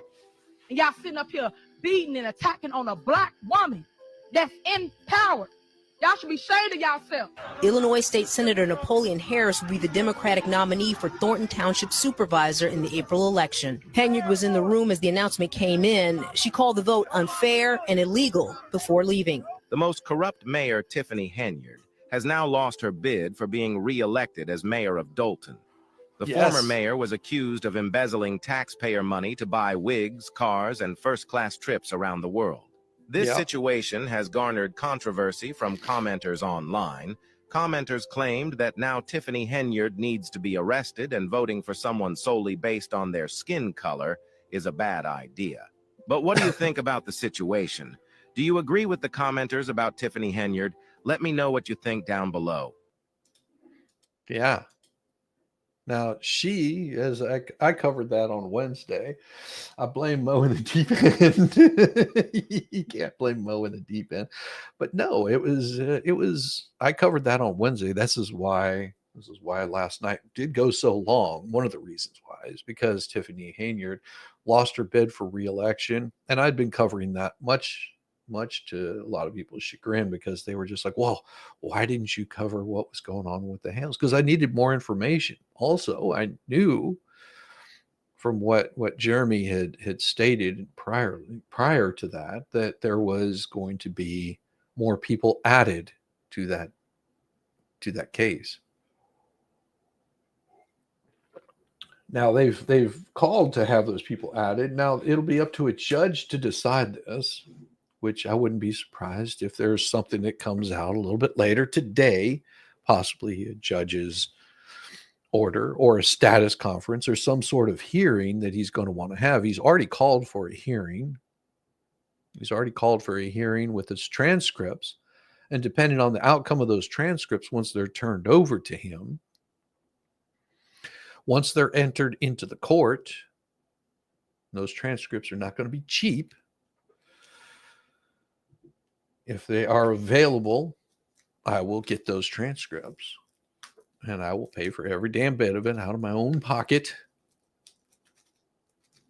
And then I'm going to have a glorious reading of each and every one of them. And it will be epic. They will be coming very shortly. And you'll get to hear for yourself in the words as they're spoken by Shizzy Wiznut and some of his friends and compatriots in arms. But we will be getting them if they are available. Every damn bit of it. And then you'll get to see or hear in some distorted types of words exactly what those transcripts cover. So be prepared for that. Be prepared for that. It's beginning to look a lot like Christmas. It's gonna get crazy. Yes, enjoyed the reading. It's been riveted. Exactly. It's all about having some fun. It is about having fun. And I will tell you that the silliness of people will always be a constant amount of fun. I wanted to show this to you because I want to explain how stupid people are. Okay. Now think about this. Think about this. Your little puppy dog is locked in the car. Oh my God, it's so distressing. You've got no heat. I mean, no AC. It's 100 degrees outside and puppy dog is locked in the car. What exactly do you do? Or even your child is locked in a car. What exactly do you do? What I'm about to show you is everything you don't do. Really straightforward. These are things that you don't do. These would be horrible, horrible decisions on anybody's part. By doing this, putting duct tape on your window and jumping up and down on it. You don't do this. You don't do this. This is not a good idea. You also don't do this. Bad idea. Yes, the key is in there. And no, now you don't do this either. This is a bad idea. Why? Well, unless you have the talent to do this and the means and the material on hand to do this, you don't do this. This is a bad idea. Really bad idea. I mean, it's an idea to do if you need to, but you don't do this. This is a bad idea. And definitely you don't want to be doing this by giving water or spitting into a little tube. Yeah, all it's going to do is the dog is going to go, okay, there's some water leaking out, and yeah, I'm thirsty, but okay. No. So now you've got your seat soaking wet, and of course, pulling out your shoestring and tying a little knot in it to run down through there so you can capture the little handle there to try to get it in and pull the knob is worthwhile. Those are things that you can do, but not with a slick little piece like that, and it doesn't even lock on itself. So this is completely useless, as you see. But no, let's go even further, and we're going to take and drill out a lock on the door that you really don't need to do this either. This is not going to get you into the car much easier, and especially whenever you drive a screw into it, like this. Why would you drive a screw in there? Oh, just to take a hammer that's already like broken and pry and dent your door and then break your hammer off. So you get a bigger pry bar that was probably in the trunk in the first place. And well, hell, instead of messing up one door, let's mess up two doors. You definitely don't do that, because that's not going to get you in. And prying on it like that doesn't do anything. And, let's take it a step further. And now we're going to get out a grinder. And, instead of just taking and breaking the window, we're going to gut the door. That's going to cost more than the window itself, just to pry this little thing out. So everything that you've seen done there are not ways to get into your car. They're probably the absolute, possibly worst ways to get into your car to save an animal. This is how they do it. Instead of that, yes. This is what's happening in our education systems. Yes. Thin metal shims with slots. Now, if you were really wanting to get into that car, and by the way, it was a cute pup. If you're wanting to get into that car, all you have to do is distract the dog in one direction, put the tape over that glass, which they already had there, and strike the window with that little hammer that they had. Just that metal hammer would have done it, and you would have broken the glass in the rear, and you could have pulled that glass out of there. Most of it would have been stuck to the duct tape, and then you could have reached in and unlocked the door. It would have taken less time. You would have saved your door, and a replacement for a window is about 1/10 the price of a replacement for a door, especially after you dented it and screwed it all up. So whoever these idiots are, do not follow their example. Good morning, everybody. All fake for views, but good to show. Yeah, really good to show. It's so horrible.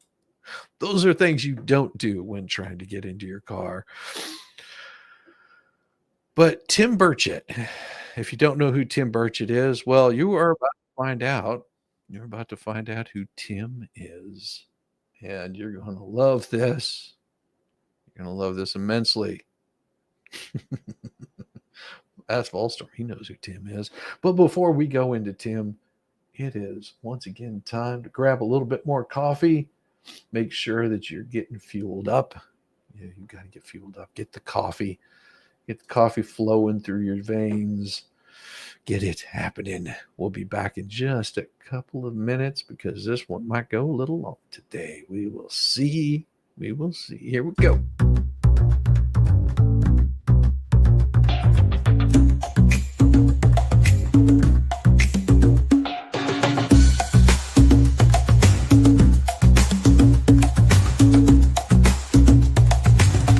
Shizzy, when it's chat we thrive, where Shizzy does dance and memes arrive.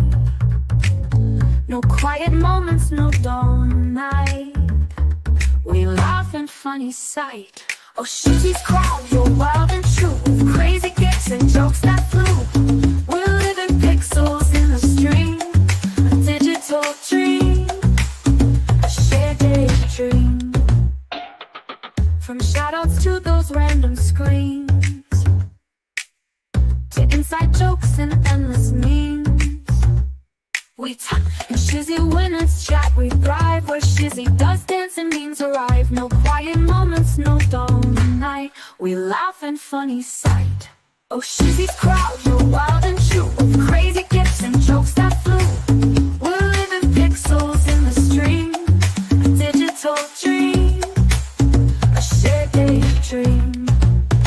From shoutouts to those random screams, and inside jokes and endless memes.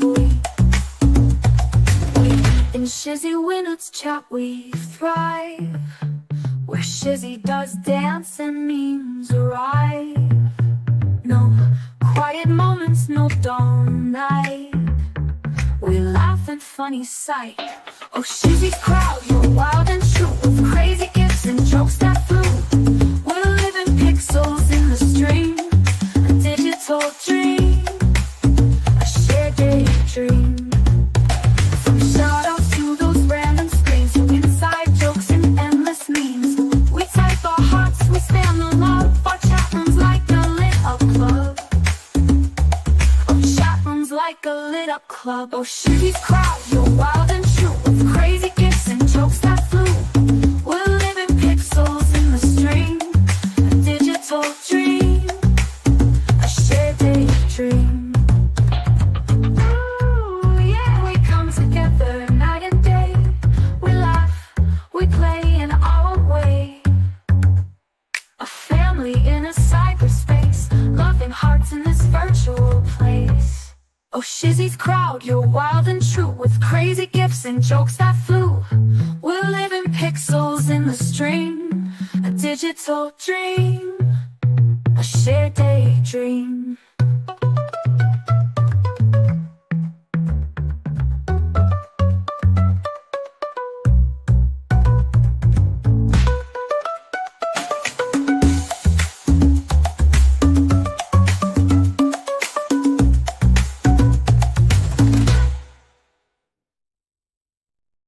Yeah. So this here is Tim Burchett right there.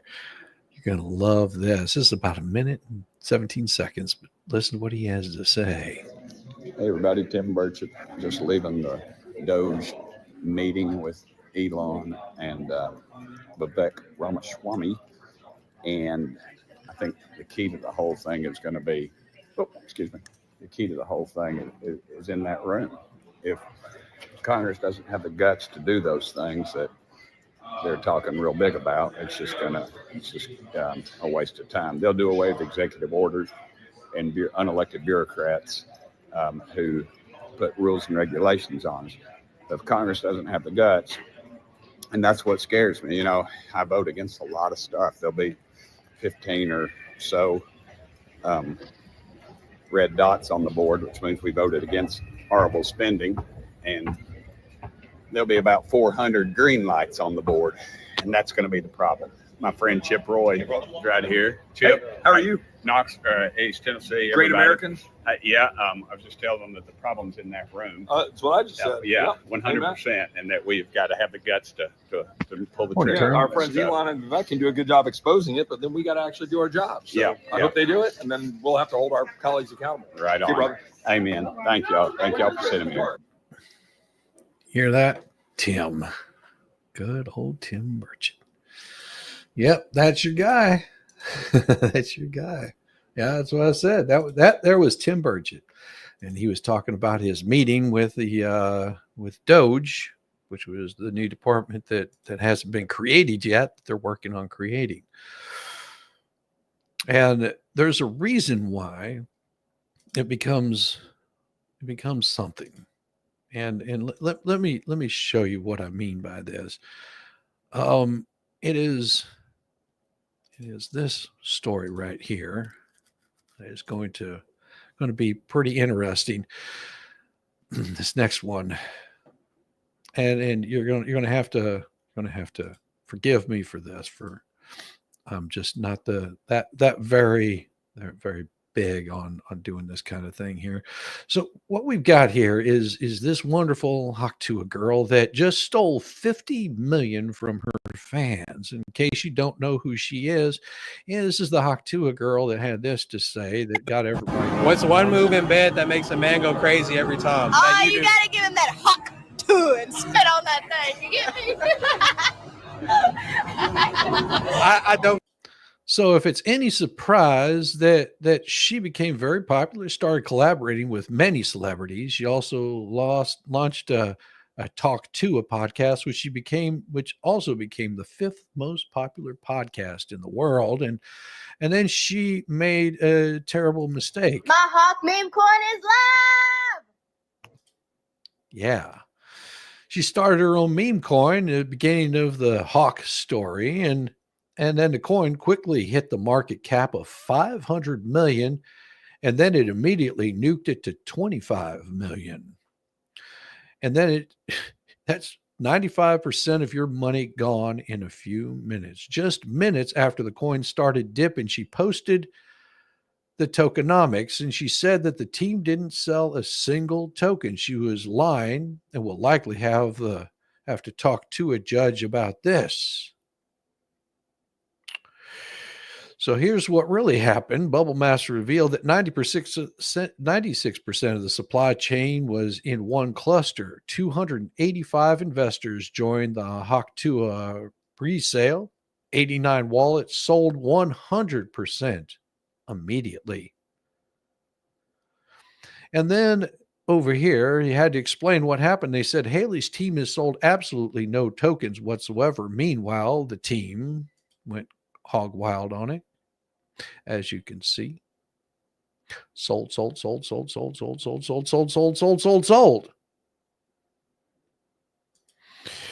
And now comes the fun part. She and her team made a Twitter space to explain what happened. They got destroyed by the crypto investigator. Generated over $1 million. This is Right one here, of the listen. most miserable, horrible launches I've ever seen in my life. Okay, then why the fuck are you on? I've been tracing it on chain for a while. You guys generated over $1 million in fees while y'all's fans got rug pulled There was snipers, but there was also insider trading directly linked to y'all's creator account. What are you guys doing? No. That's not true. That is true. That's a fact. No, it's not. Well, it's a fact, and you can see it on chain. So Yeah, we know. See, in case you guys don't understand about how these cryptos work, every transaction is visible. That is why crypto was designed in the first place. Good morning, Digistorm. That, like Bitcoin, for example, you can see every transaction that's made on Bitcoin. You can see every single wallet that it comes in and goes out of. Unlike cash. Now, cash, for example, you can put it in a bank and somebody can withdraw it and carry it around for all eternity, and you have no idea where that cash has gone, where it's been spent, who it's been spent on, what kind of things it's purchased, or if you just sit there and burned it. You can't tell. Now, crypto has its own ledger. You can trace every single step of it because it's all digital. So you can see when this crypto was purchased, where it was purchased, whose wallet it went into. Now, you may not know the exact person, but you've got a digital ID that defines where that is. It's a large ledger. You can see if I sent 100 Bitcoin to Volstorm and he took 50 of that and sent it to his wife, and another 50 of that and sent it to somebody else, you can trace where every single bit of that spending goes. And this is what scares a lot of your fiduciary companies, your banks. They don't like that idea that you can see and you can track where the money goes, because you're literally following the money where it goes. So they were able to track and see each one of these wallets, who created the wallets, because they've created some safeguards against that, where you have to, know your customer. So whenever he's talking about this, you can track every single wallet and what it's doing, because immediately they sold out all of their coins out of these very specific wallets. And whenever they did, it was at their peak, which tanked it immediately. The people that were thinking that they were buying at a great deal, and they did what's called a rug pull. Now, doing something like this is all on the up and up, but I'm not disclosing anything. Yeah. So whenever you pull this kind of crap, this is where it becomes wire fraud, because it is done over the interwebs. And most likely she's going to be learning how to Hawk Tuah on some other girl, because they really don't take too kindly to this. Anybody does. And she'll probably, more than likely, have to pay all of that back. If she was smart, she would take every bit of that money and encourage every person that took that money and pay it back to the people that lost everything. Because if not, then they're probably still going to be, the government's going to be coming for it. Yeah. These fools thought they were getting away with something, and government don't play. We trust me. We were there. We could answer that. You know about the insider trading? No, there's no insider trading. That's why we can answer it. Okay, so there's tokens going directly from the main account. CoffeeZilla, just chill for a second. And then it's getting sold for 50K. Who is that? Definitely not us. You think we're doing this for 50K? Yeah. Yeah, no, they're doing it for millions. So this is CoffeeZilla bringing it out. CoffeeZilla is pretty damn smart on these aspects. Yeah, you don't want to be messing with that guy. If you're doing something shady, he's gonna find it. Fucking right. Talking to the wrong guy. You're used to these bullshit scammers out here. Not us. Now, that's what everyone says, by the way. Listen, doesn't matter. No, I'm not everyone. There was a strategic allocation, right, through a foundation. Hey, let's go. Every single one of those was signed through a SAFT. The deployer wallet. You've heard of a strategic allocation or a private How much sale? did y'all get doing a pre-sale? How much did y'all make? Oh, it's not that selling we out made. your fans So over other here, people can you can give dump on your exact? fans. Hold on, CoffeeZilla, take a chill pill, brother. Yeah, so let's y'all just just see- rug pulled a bunch of people. No, no, there's no rug. We're here every He single just day. rug There's no pulled rug everyone. pull. And it's not done by us. Yes, snipers sniped it up to an insane market cap. No, it's and not dumped just it. snipers. That was not us. Not That just was that, listen. you know that. Listen, That no, was no, us. I'm telling you the truth. And y'all made Never do millions that. on fees from this little scheme. There's not a. Uh-huh. it's I'm not- sure it's that's not not a you getting scheme. those fees, It's right? not a Who's making scheme. the money It's on not the a- fees? it's Who's not a making scheme. millions of dollars on fees from this rug pull? That's not a scheme. That's the Who's making project. So we fees? can keep this thing going for years. Okay. That's how do you think? There's so many expenses. Who right? makes the money on the fees? Someone just made over $1 million on fees. Who made it? You know, First of all, Haley the hasn't fees said were shit. there with Meteora pools, and that goes to the creator, right? Which is who? Oh boy. Who does that who does that belong to? That belongs to the project, right? Who's the project? Who is the project? Well, the project is over here, Haley Welch, right? And How much there's- does Haley and there's a Welch lo- own? This is Haley Welch's project. So and- she owns and all of it. CoffeeZilla. Did she just make $1 million on fees on a rug pull? Do you know how much it costs for lawyer fees to create a foundation in the Cayman Islands to hire directors? You think this stuff pays for itself, right? Listen. So y'all wanted to make the money on day one? I don't understand. I'm just asking. We're who here every actually single makes the day. millions of Day dollars one, in fees from the day rug. two, day three. You know, this is how you run a project forever. Is you have to fund that. First of all, over here can speak to the extensive amount of work and time and people that are on this Exactly. project. Over here has around 18 people working on this right now as we speak. This is not a small time type of nothing. We're really trying to do something here and not just do it for one day and do it for 2 days like you're So used who to. made the money? You haven't answered the question. Who made the money? How much did Haley Welch make of that million? 1.8 million? It's a foundation that is running this Foundation. project. How much does she own of it?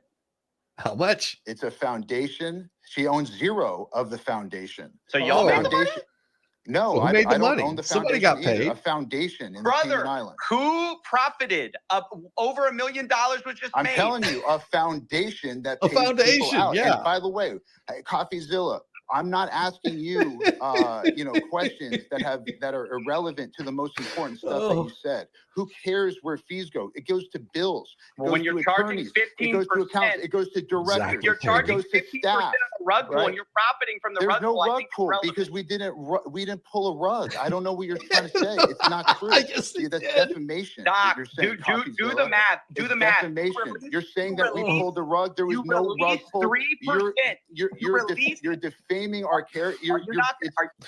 Okay, so what you have, what's the difference between a foundation and a business? Well, a foundation is no different than a business, really, but it's where the money goes. It's sort of like putting it into a trust, and that trust is going to be used to create this particular meme coin. Because, well, it's easier to have somebody else to blame and say, well, all the money's over here. I don't own any of it. It's not mine. It's no different than what Friedman did. Yeah. This right here is going to end them talking up in front of a court, in front of a judge. And what will happen is that foundation's money will be seized and it will be held by the federal government. And they'll hold on to it until all of this is sorted out, which could take years. Meanwhile, all of her credibility is completely shot. Everything that she tries to lay her hands on will be seized. You think that the government doesn't want to get their cut out of this? You think that people aren't going to want to get their money back over this? Because this has happened before. Yeah, it's easier to hide the money because, well, I work for the foundation, so therefore I need to get paid a salary. But meanwhile, these people got totally ripped off, and CoffeeZilla knows it because he's uncovered this kind of crap before. CoffeeZilla has covered this kind of crap plenty of times before. He has a YouTube channel. Go check his crap out. If you don't believe me, just look up CoffeeZilla. You'll see a lot of the shit that he's called out. He's the same one that called out, what was it, the Pauls, the brothers, one of them just fought Mike Tyson. Yeah, they created a meme coin also and did the same thing with the rug pull. Yeah, he's exposed this multiple times before. You're not gonna let me talk. You just talk over me. You talk over me. I'm hearing bullshit. So why? No, why you're am I not. You're gonna take it talking over seriously? me. Let me just lay out your tokenomics. You guys released 3% to the Meteora pool, while you have 17% of the token allocation unlocked day one from your strategic allocation. Are you guys insane? What do you guys think exactly is going to happen when your insiders get sent their tokens? And by the way, who made the money from your 17% pre-sale while you're giving a tiny piece of the pie to the public? Like, what the hell? This is the worst tokenomics I've ever seen, and it is a scam. It's not a scam. The tokenomics are a scam. That's my opinion. You can say whatever you want about it. You can cry defamation. That's my opinion. It's a scam. Well, and I only do this for a living. I've only seen 1 million of these projects. Yes. So who pays you, CoffeeZilla? Let's track your. Oh, wallet. who pays you? Over here. Who pays him? He makes his money the same way the rest of us do on YouTube, by views, clicks, likes, and loves, and super chats. That's how he makes his money. And he is much bigger than Haley Welsh. Now, she got a lot of stardom because, well, she wants to Hawk Tuah all over that thing. Why don't you tell Nobody's CoffeeZilla here what for we're me. doing Everyone's with this here for project? you. Where did the fees go? Where did the money for the pre-sale tokens go? Why did y'all unlock day one so people could dump on Haley Welsh's fans? And how involved was she really? And how much? They muted him. I just got muted. Yep. Yeah. So, I mean, like we as mentioned, like we raised a 17% strategic allocation that was done at a $16.69 million valuation. We tried to kind of keep that as decentralized as possible. Like we tried to basically, we spent a lot of time going person by person at the start, trying to raise, 5K checks, obviously the restriction there was, we discussed this extensively. Yeah, they discussed it extensively. But it goes even further, because then the Hawk Tuah girl decided to end the space because she was tired. Let me say that again. She rugged a coin and then shamelessly went to bed like nothing even happened. Listen to this. Anywho, I'm gonna go to bed and I'll actual like Hey source guys, of income. I hate to interrupt you, Nick. Hello there. But anywho, I'm gonna go to bed and I'll see you guys tomorrow. Actual like Hey source guys, of income. I hate to interrupt you, Nick. Hello there. She took her ass to bed. And the aftermath was this was yet another celebrity coin rug pull. People lost millions and want her in jail. Law firms are looking to sue her. And Burnwick law says, if you lost money on Hawk, contact our firm to learn about your legal rights. Our firm represents thousands of NFT and token investors in security matters. And this is attorney advertising. And right there, if you enjoyed this thread, please give it a like. And if you want to easily trade meme coins, try using Shuriken.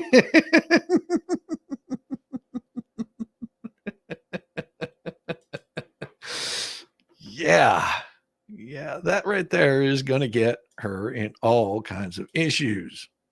She thought it was going to be slick and smart and all that kind of stuff. And it turns out that she would have been better off posing for this. Because look, he's looking at pictures of gorillas and he's going, nope, next one. Scroll through. She's cute, but I want a hottie. And I guarantee you that there ape got more love than she did. Because she's probably looking at going to jail.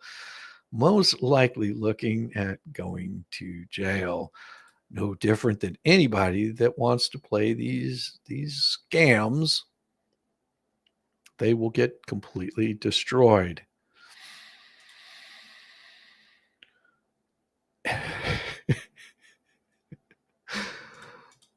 Sort of like this bird. You want to see a bird get completely destroyed? It's not going to end like you think it does. It's not going to end like you think it does. So pay close attention. Pay close attention. Coming at you. Coming at you. Oh. My God. What happened?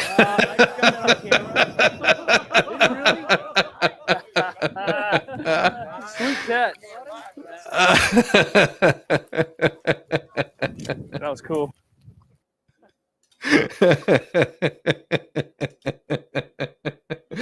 Oh, why do rich people always try scamming their fans? I don't know. I don't know why rich people always you want to have your mind blown? You want to have your mind blown? You're about to wonder exactly what it is you're looking at.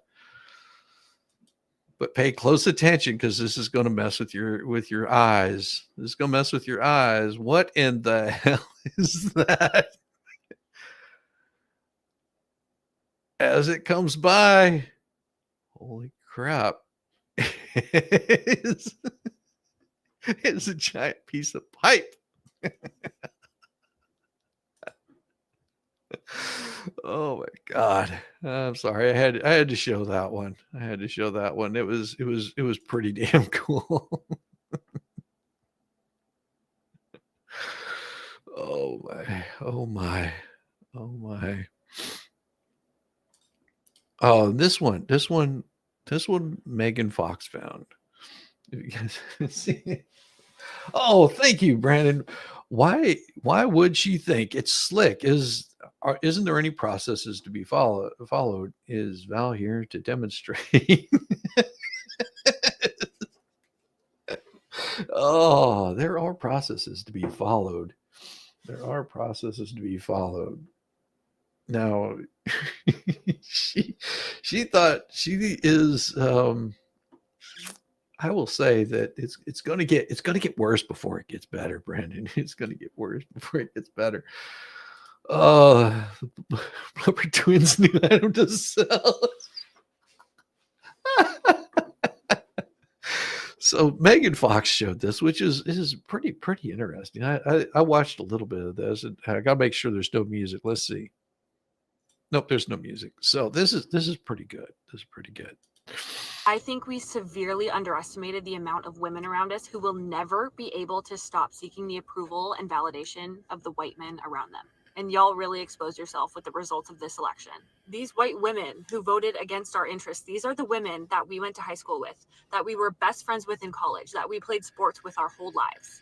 But they chose to listen to their dads. They chose to listen to their boyfriends or their husbands. They chose to put the interests of the white men around them in their lives above the interests of women, above the interests of minorities, above the interests of oppressed people. I will never be able to wrap my mind around that. How you can be a highly educated woman, see how women around you are being treated, see how minorities around you are being treated, and still choose to value the opinion of the white men around you the most and vote for their interests. One of the most important women in my life married a rich white man, and she chose to vote for his interests instead of the interests of her 3 daughters.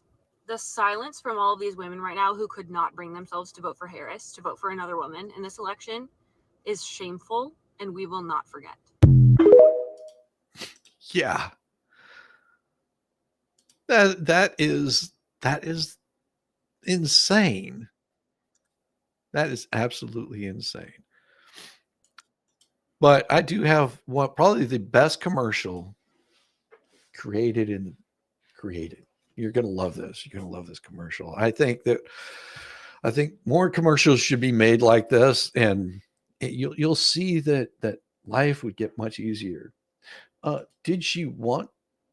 I guess that's the impression that I get from her, is that's what she wanted to do. Oh, if I only had a brain. How does she know they didn't vote the way they wanted? Well, because women aren't. They don't have any agency. They're not intelligent enough to vote on their own. Come on, don't you know this by now? The level of these people is amazing to me. When has a woman ever listened to her husband Exactly, Rosalind. Exactly. There you go. Oh, yeah, wait for someone just because of their gender. Yeah, she's not qualified. Oh, that's so wonderful. But this next one is how a commercial should be made right here. You're going to love this.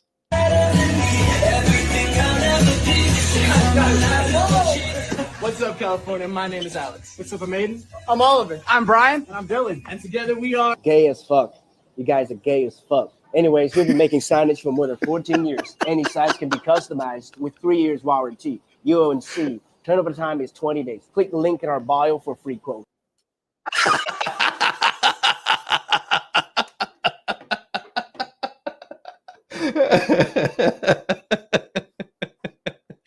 Oh, yes, we need to have more commercials like that, and the music will probably get me demonetized, but it was so worth it.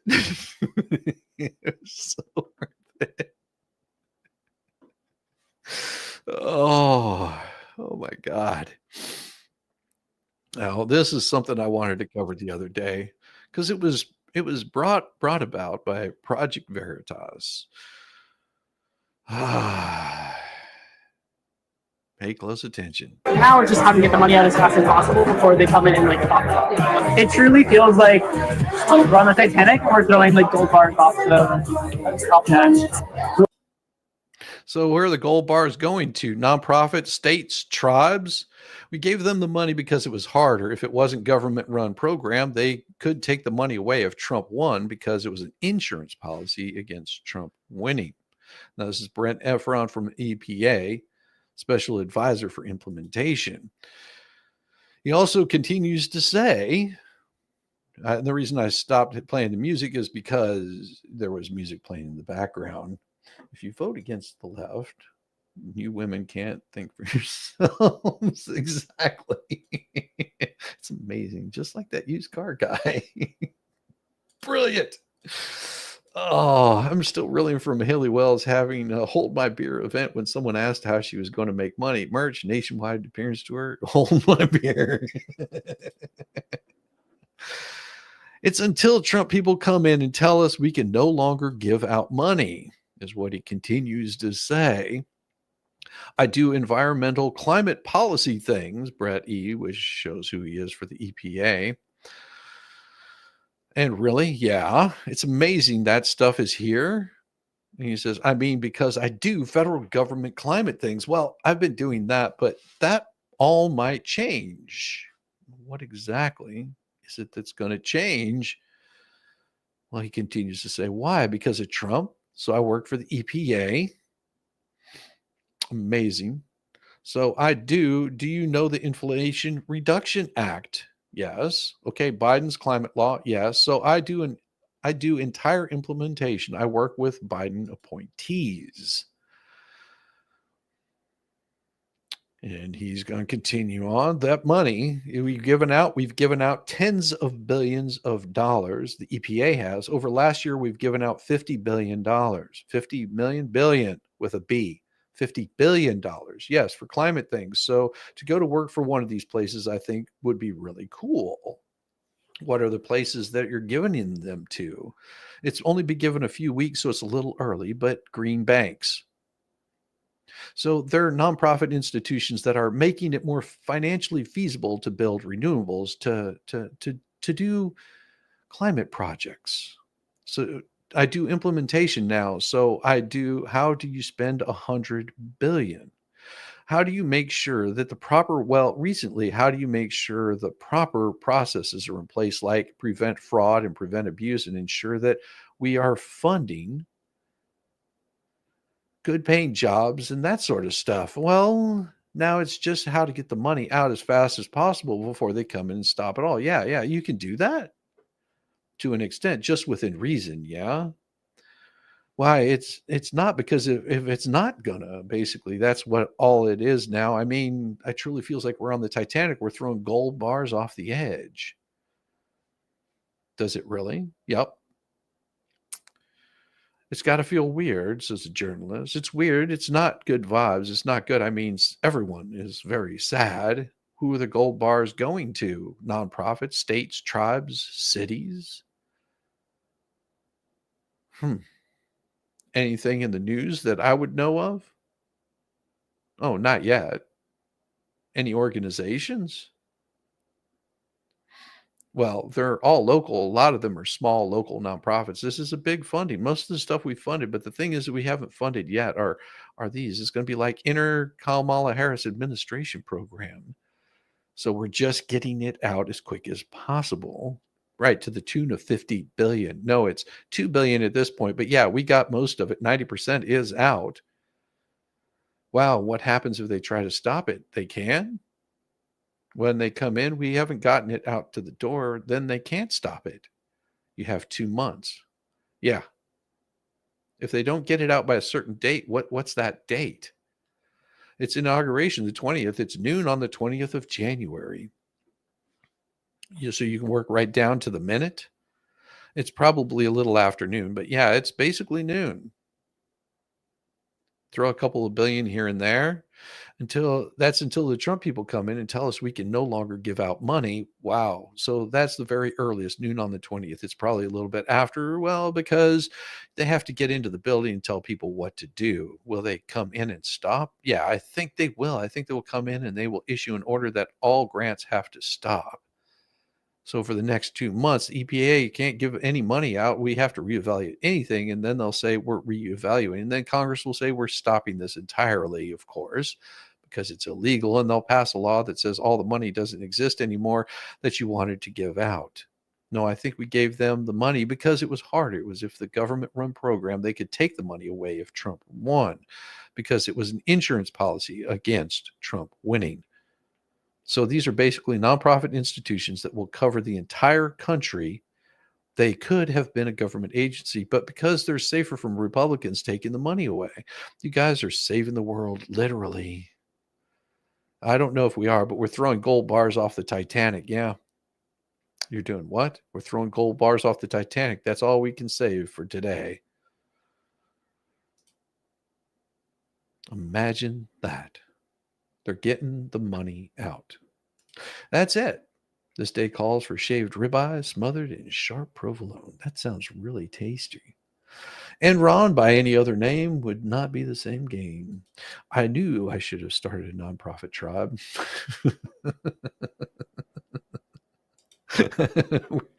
Yeah, you knew it. You knew you should have started that nonprofit tribe. But what did you think? What did you do? No, instead, you greased the pole. You greased the pole, Zach, just like this squirrel. Just like this squirrel. Yep, this is what happens whenever you grease a bird feeder pole. Just can't seem to get up that pole.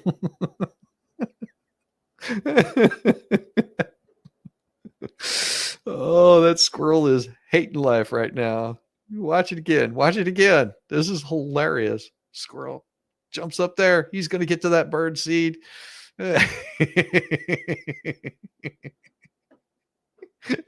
Just slowly slide down. Like, shit. Why is this not working?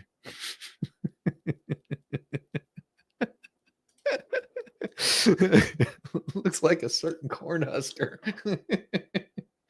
You almost had it. You almost had it, y'all.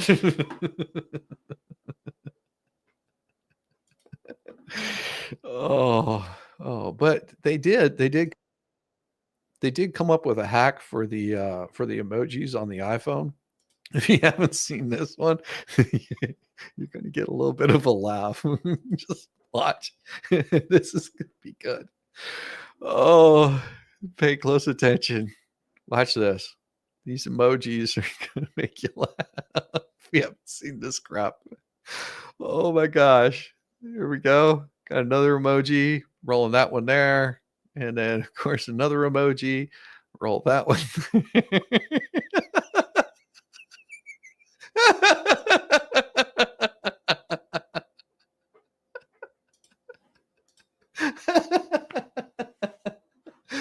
Oh God. Just like, oh. Oh, I love it. I love it.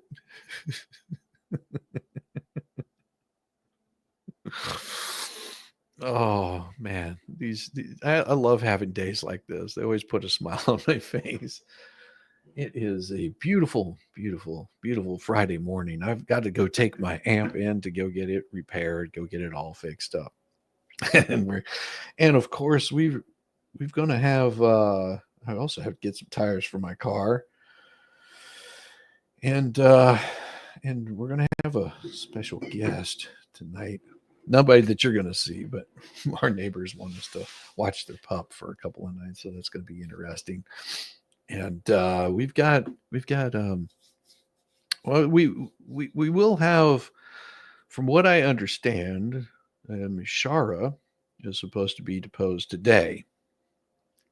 We'll see exactly how that goes. We will see how that particular deposition goes. Dogs on stream. Dogs on stream. Dogs on stream.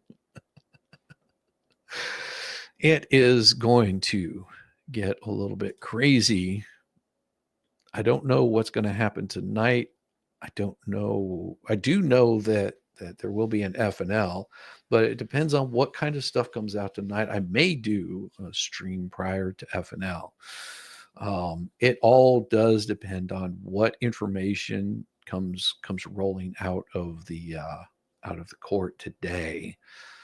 As you know, we've been following this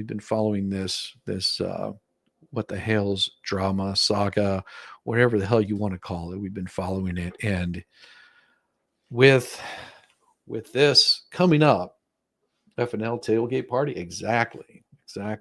And if I do a stream tonight, I will probably be shooting everybody over to go check out the expert after. I don't think it'll go too very terribly long. Basically just cover what exactly is going on. And if it does end up going a little bit long, I will probably still be joining the expert over there, because that is the best place to be on a Friday night, is watching the expert. I don't know how much more will come out, but I can almost be positive. I can almost be positive that there's a certain group of people that are about to find out how bad of an idea that they decided to come up with by going after people. And they thought that they were being slick. They thought they were being smooth, that they would run their little PR campaign. And now they've been included into this lawsuit. That right there is going to become a real problem for them. They think they're being slick and being funny, and it doesn't look like this is going to end anytime soon. This could go on for quite some time, and we're gonna cover it as much as we possibly can, while still covering all of the other stuff that is coming out. If I do a stream, what time? Usually, if I do a stream, I've got a start time at about 7:30 p.m. I don't know yet. I'll have to see how things go. You'll probably get notification of it around 5:30, something like that. I should know a little bit better about it. A little bit of laughter, and then even more laughter on F&L, because that is definitely where I like to spend time. There's good people over there. You got Volstorm, Diva, and Caitlin Commons, and of course the host expert and the wonderful White Rabbit. I know from what I've been told is there's going to be a very, very special guest on tonight that you won't want to miss. You will not want to miss F&L tonight at all. It is going to probably break your mind just a little bit and put a big smile on your face. And once you see it, you're going to be wishing that you hadn't tuned in sooner to F&L tonight. It's going to be awesome. From what I've been told, oh, it's going to be good. Have a grand weekend. Blame Jeremy. Jenny. Happy Friday, everyone. Stay safe. Stay happy. The two fleas might have to become two trailer park girls. That's where they're going to end up. No.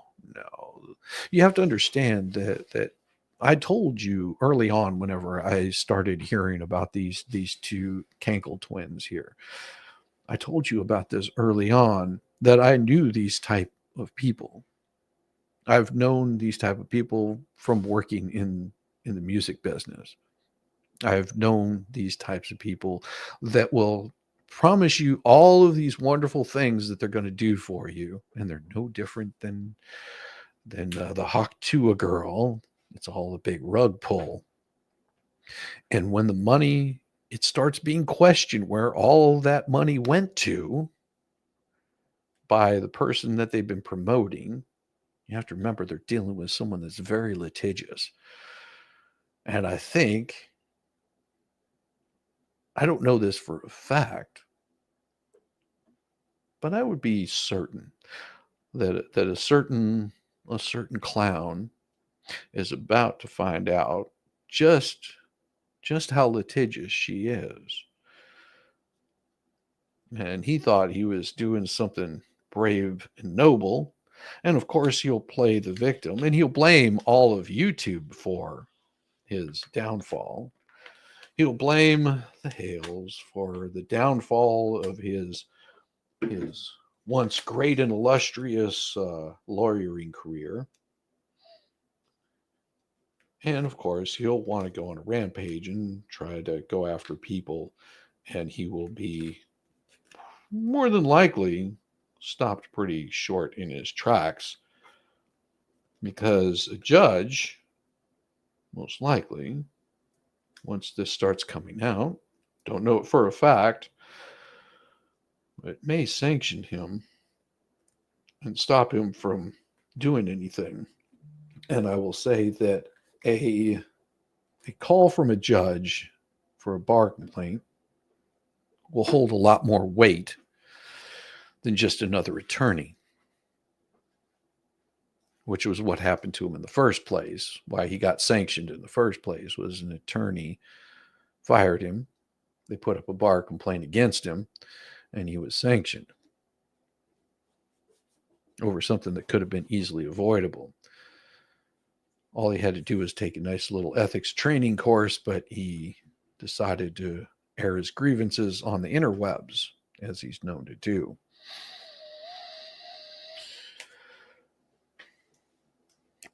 It's not going to look well. It's not going to go well on them. And they are more than likely looking at getting themselves into a bit of hot water. I don't have any sympathy for them. I feel for the people that are suffering as a result of their putting themselves into this position. They created this situation for themselves because they wanted that YouTube fame. They thought that the interwebs was this place where they could go and destroy people, defame them, deplatform them. And when those roosters come home to nest, it's going to be all hell to pay.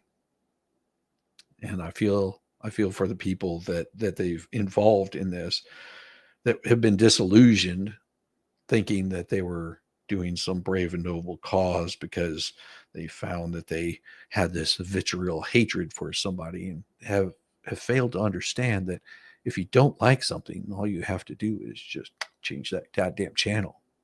But they didn't do that. They didn't change the channel. They dug in, and they thought that they would do a hate and smear campaign, and those right there never end well. You have to remember, over here, I've never told anybody not to go pay any attention to them. I said, it is entirely up to you. You want to donate to their giving or gifting or whatever it is that they might be doing, just go into it with your eyes open. Ask the questions. No way, shape, or form have I ever told anybody not to. But alas, they're effing around and finding out really quick how quick the internet does not forgive, how much it does not forget. And it's going to get really crazy. It's about to come back and bite them in the worst possible way. And we'll find out more today, because when people start seeing, especially all of their little followers, start seeing the kind of shenanigans that they've been up to, they might have a little bit of a change of heart of where that money went to. And then they're going to be asking those questions that we were asking months ago. But we'll figure it out. We'll figure it out. We're here for it. And if I'm not mistaken, we've got the wonderful Megan Fox is digging into this also. Except she's digging into it really deep. I mean, we're talking really deep. She's going to be pulling up information that when you see it on Tuesday next week, it's probably going to blow your mind away. You're going to be left scratching your head, I think, a little bit. But they will find out. We'll find out. We'll be here for it. In the meantime, we're just going to continue trudging along, doing what we do, having a wonderful time doing it. And with that, everybody have a wonderful weekend. I will see you hopefully tonight. We'll see how it goes. I do have a very busy day ahead of me. And so with that, I'm just gonna say see you soon. Peace. Bless your heart. I thought I was the only mentally challenged one here.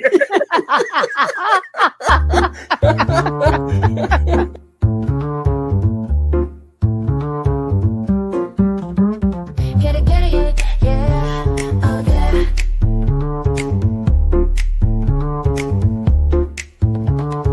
Early morning, rise and shine. Coffee's brewing, feeling fine. News is out and on the air. Shizzy whiz nuts wild, but we don't care. Morning whiz and coffee. Talk the news, he's a tease. Laugh it off, we're on the go. Shizzy whiz nuts, start the show. Let's go. Get it, yeah, oh yeah. Headlines spinning in the breeze. Stupid jokes, he's such a tease. Sip the Java, wear a smile. Pants are off, but stay a while. Morning whiz and coffee. Talk the news, he's a tease. Laugh it off, we're on the go. Shizzy whiz, let's start the show. Let's go. Get it, yeah, oh yeah. Headlines spinning in the breeze. Stupid jokes, he's such a tease. Sip the Java, wear a smile. Pants are off, but stay a while. Morning whiz and coffee. Talk the news, he's a tease. Laugh it off, we're on the go. Shizzy whiz, let's start the show. Let's go. Get it, yeah, oh yeah. Serious is overrated. Every day we're caffeinated. Talk the town, but in a jest. Morning whiz is always best.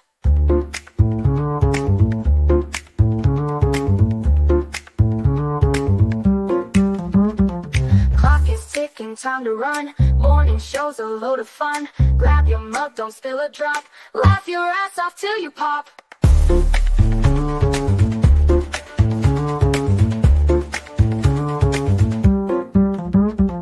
Clock is ticking, time to run. Morning show's a load of fun. Grab your mug, don't spill a drop. Laugh your ass off till you pop.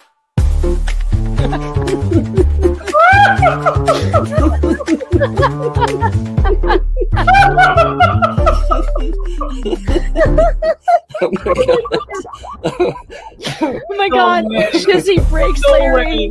Shizzy broke Larry.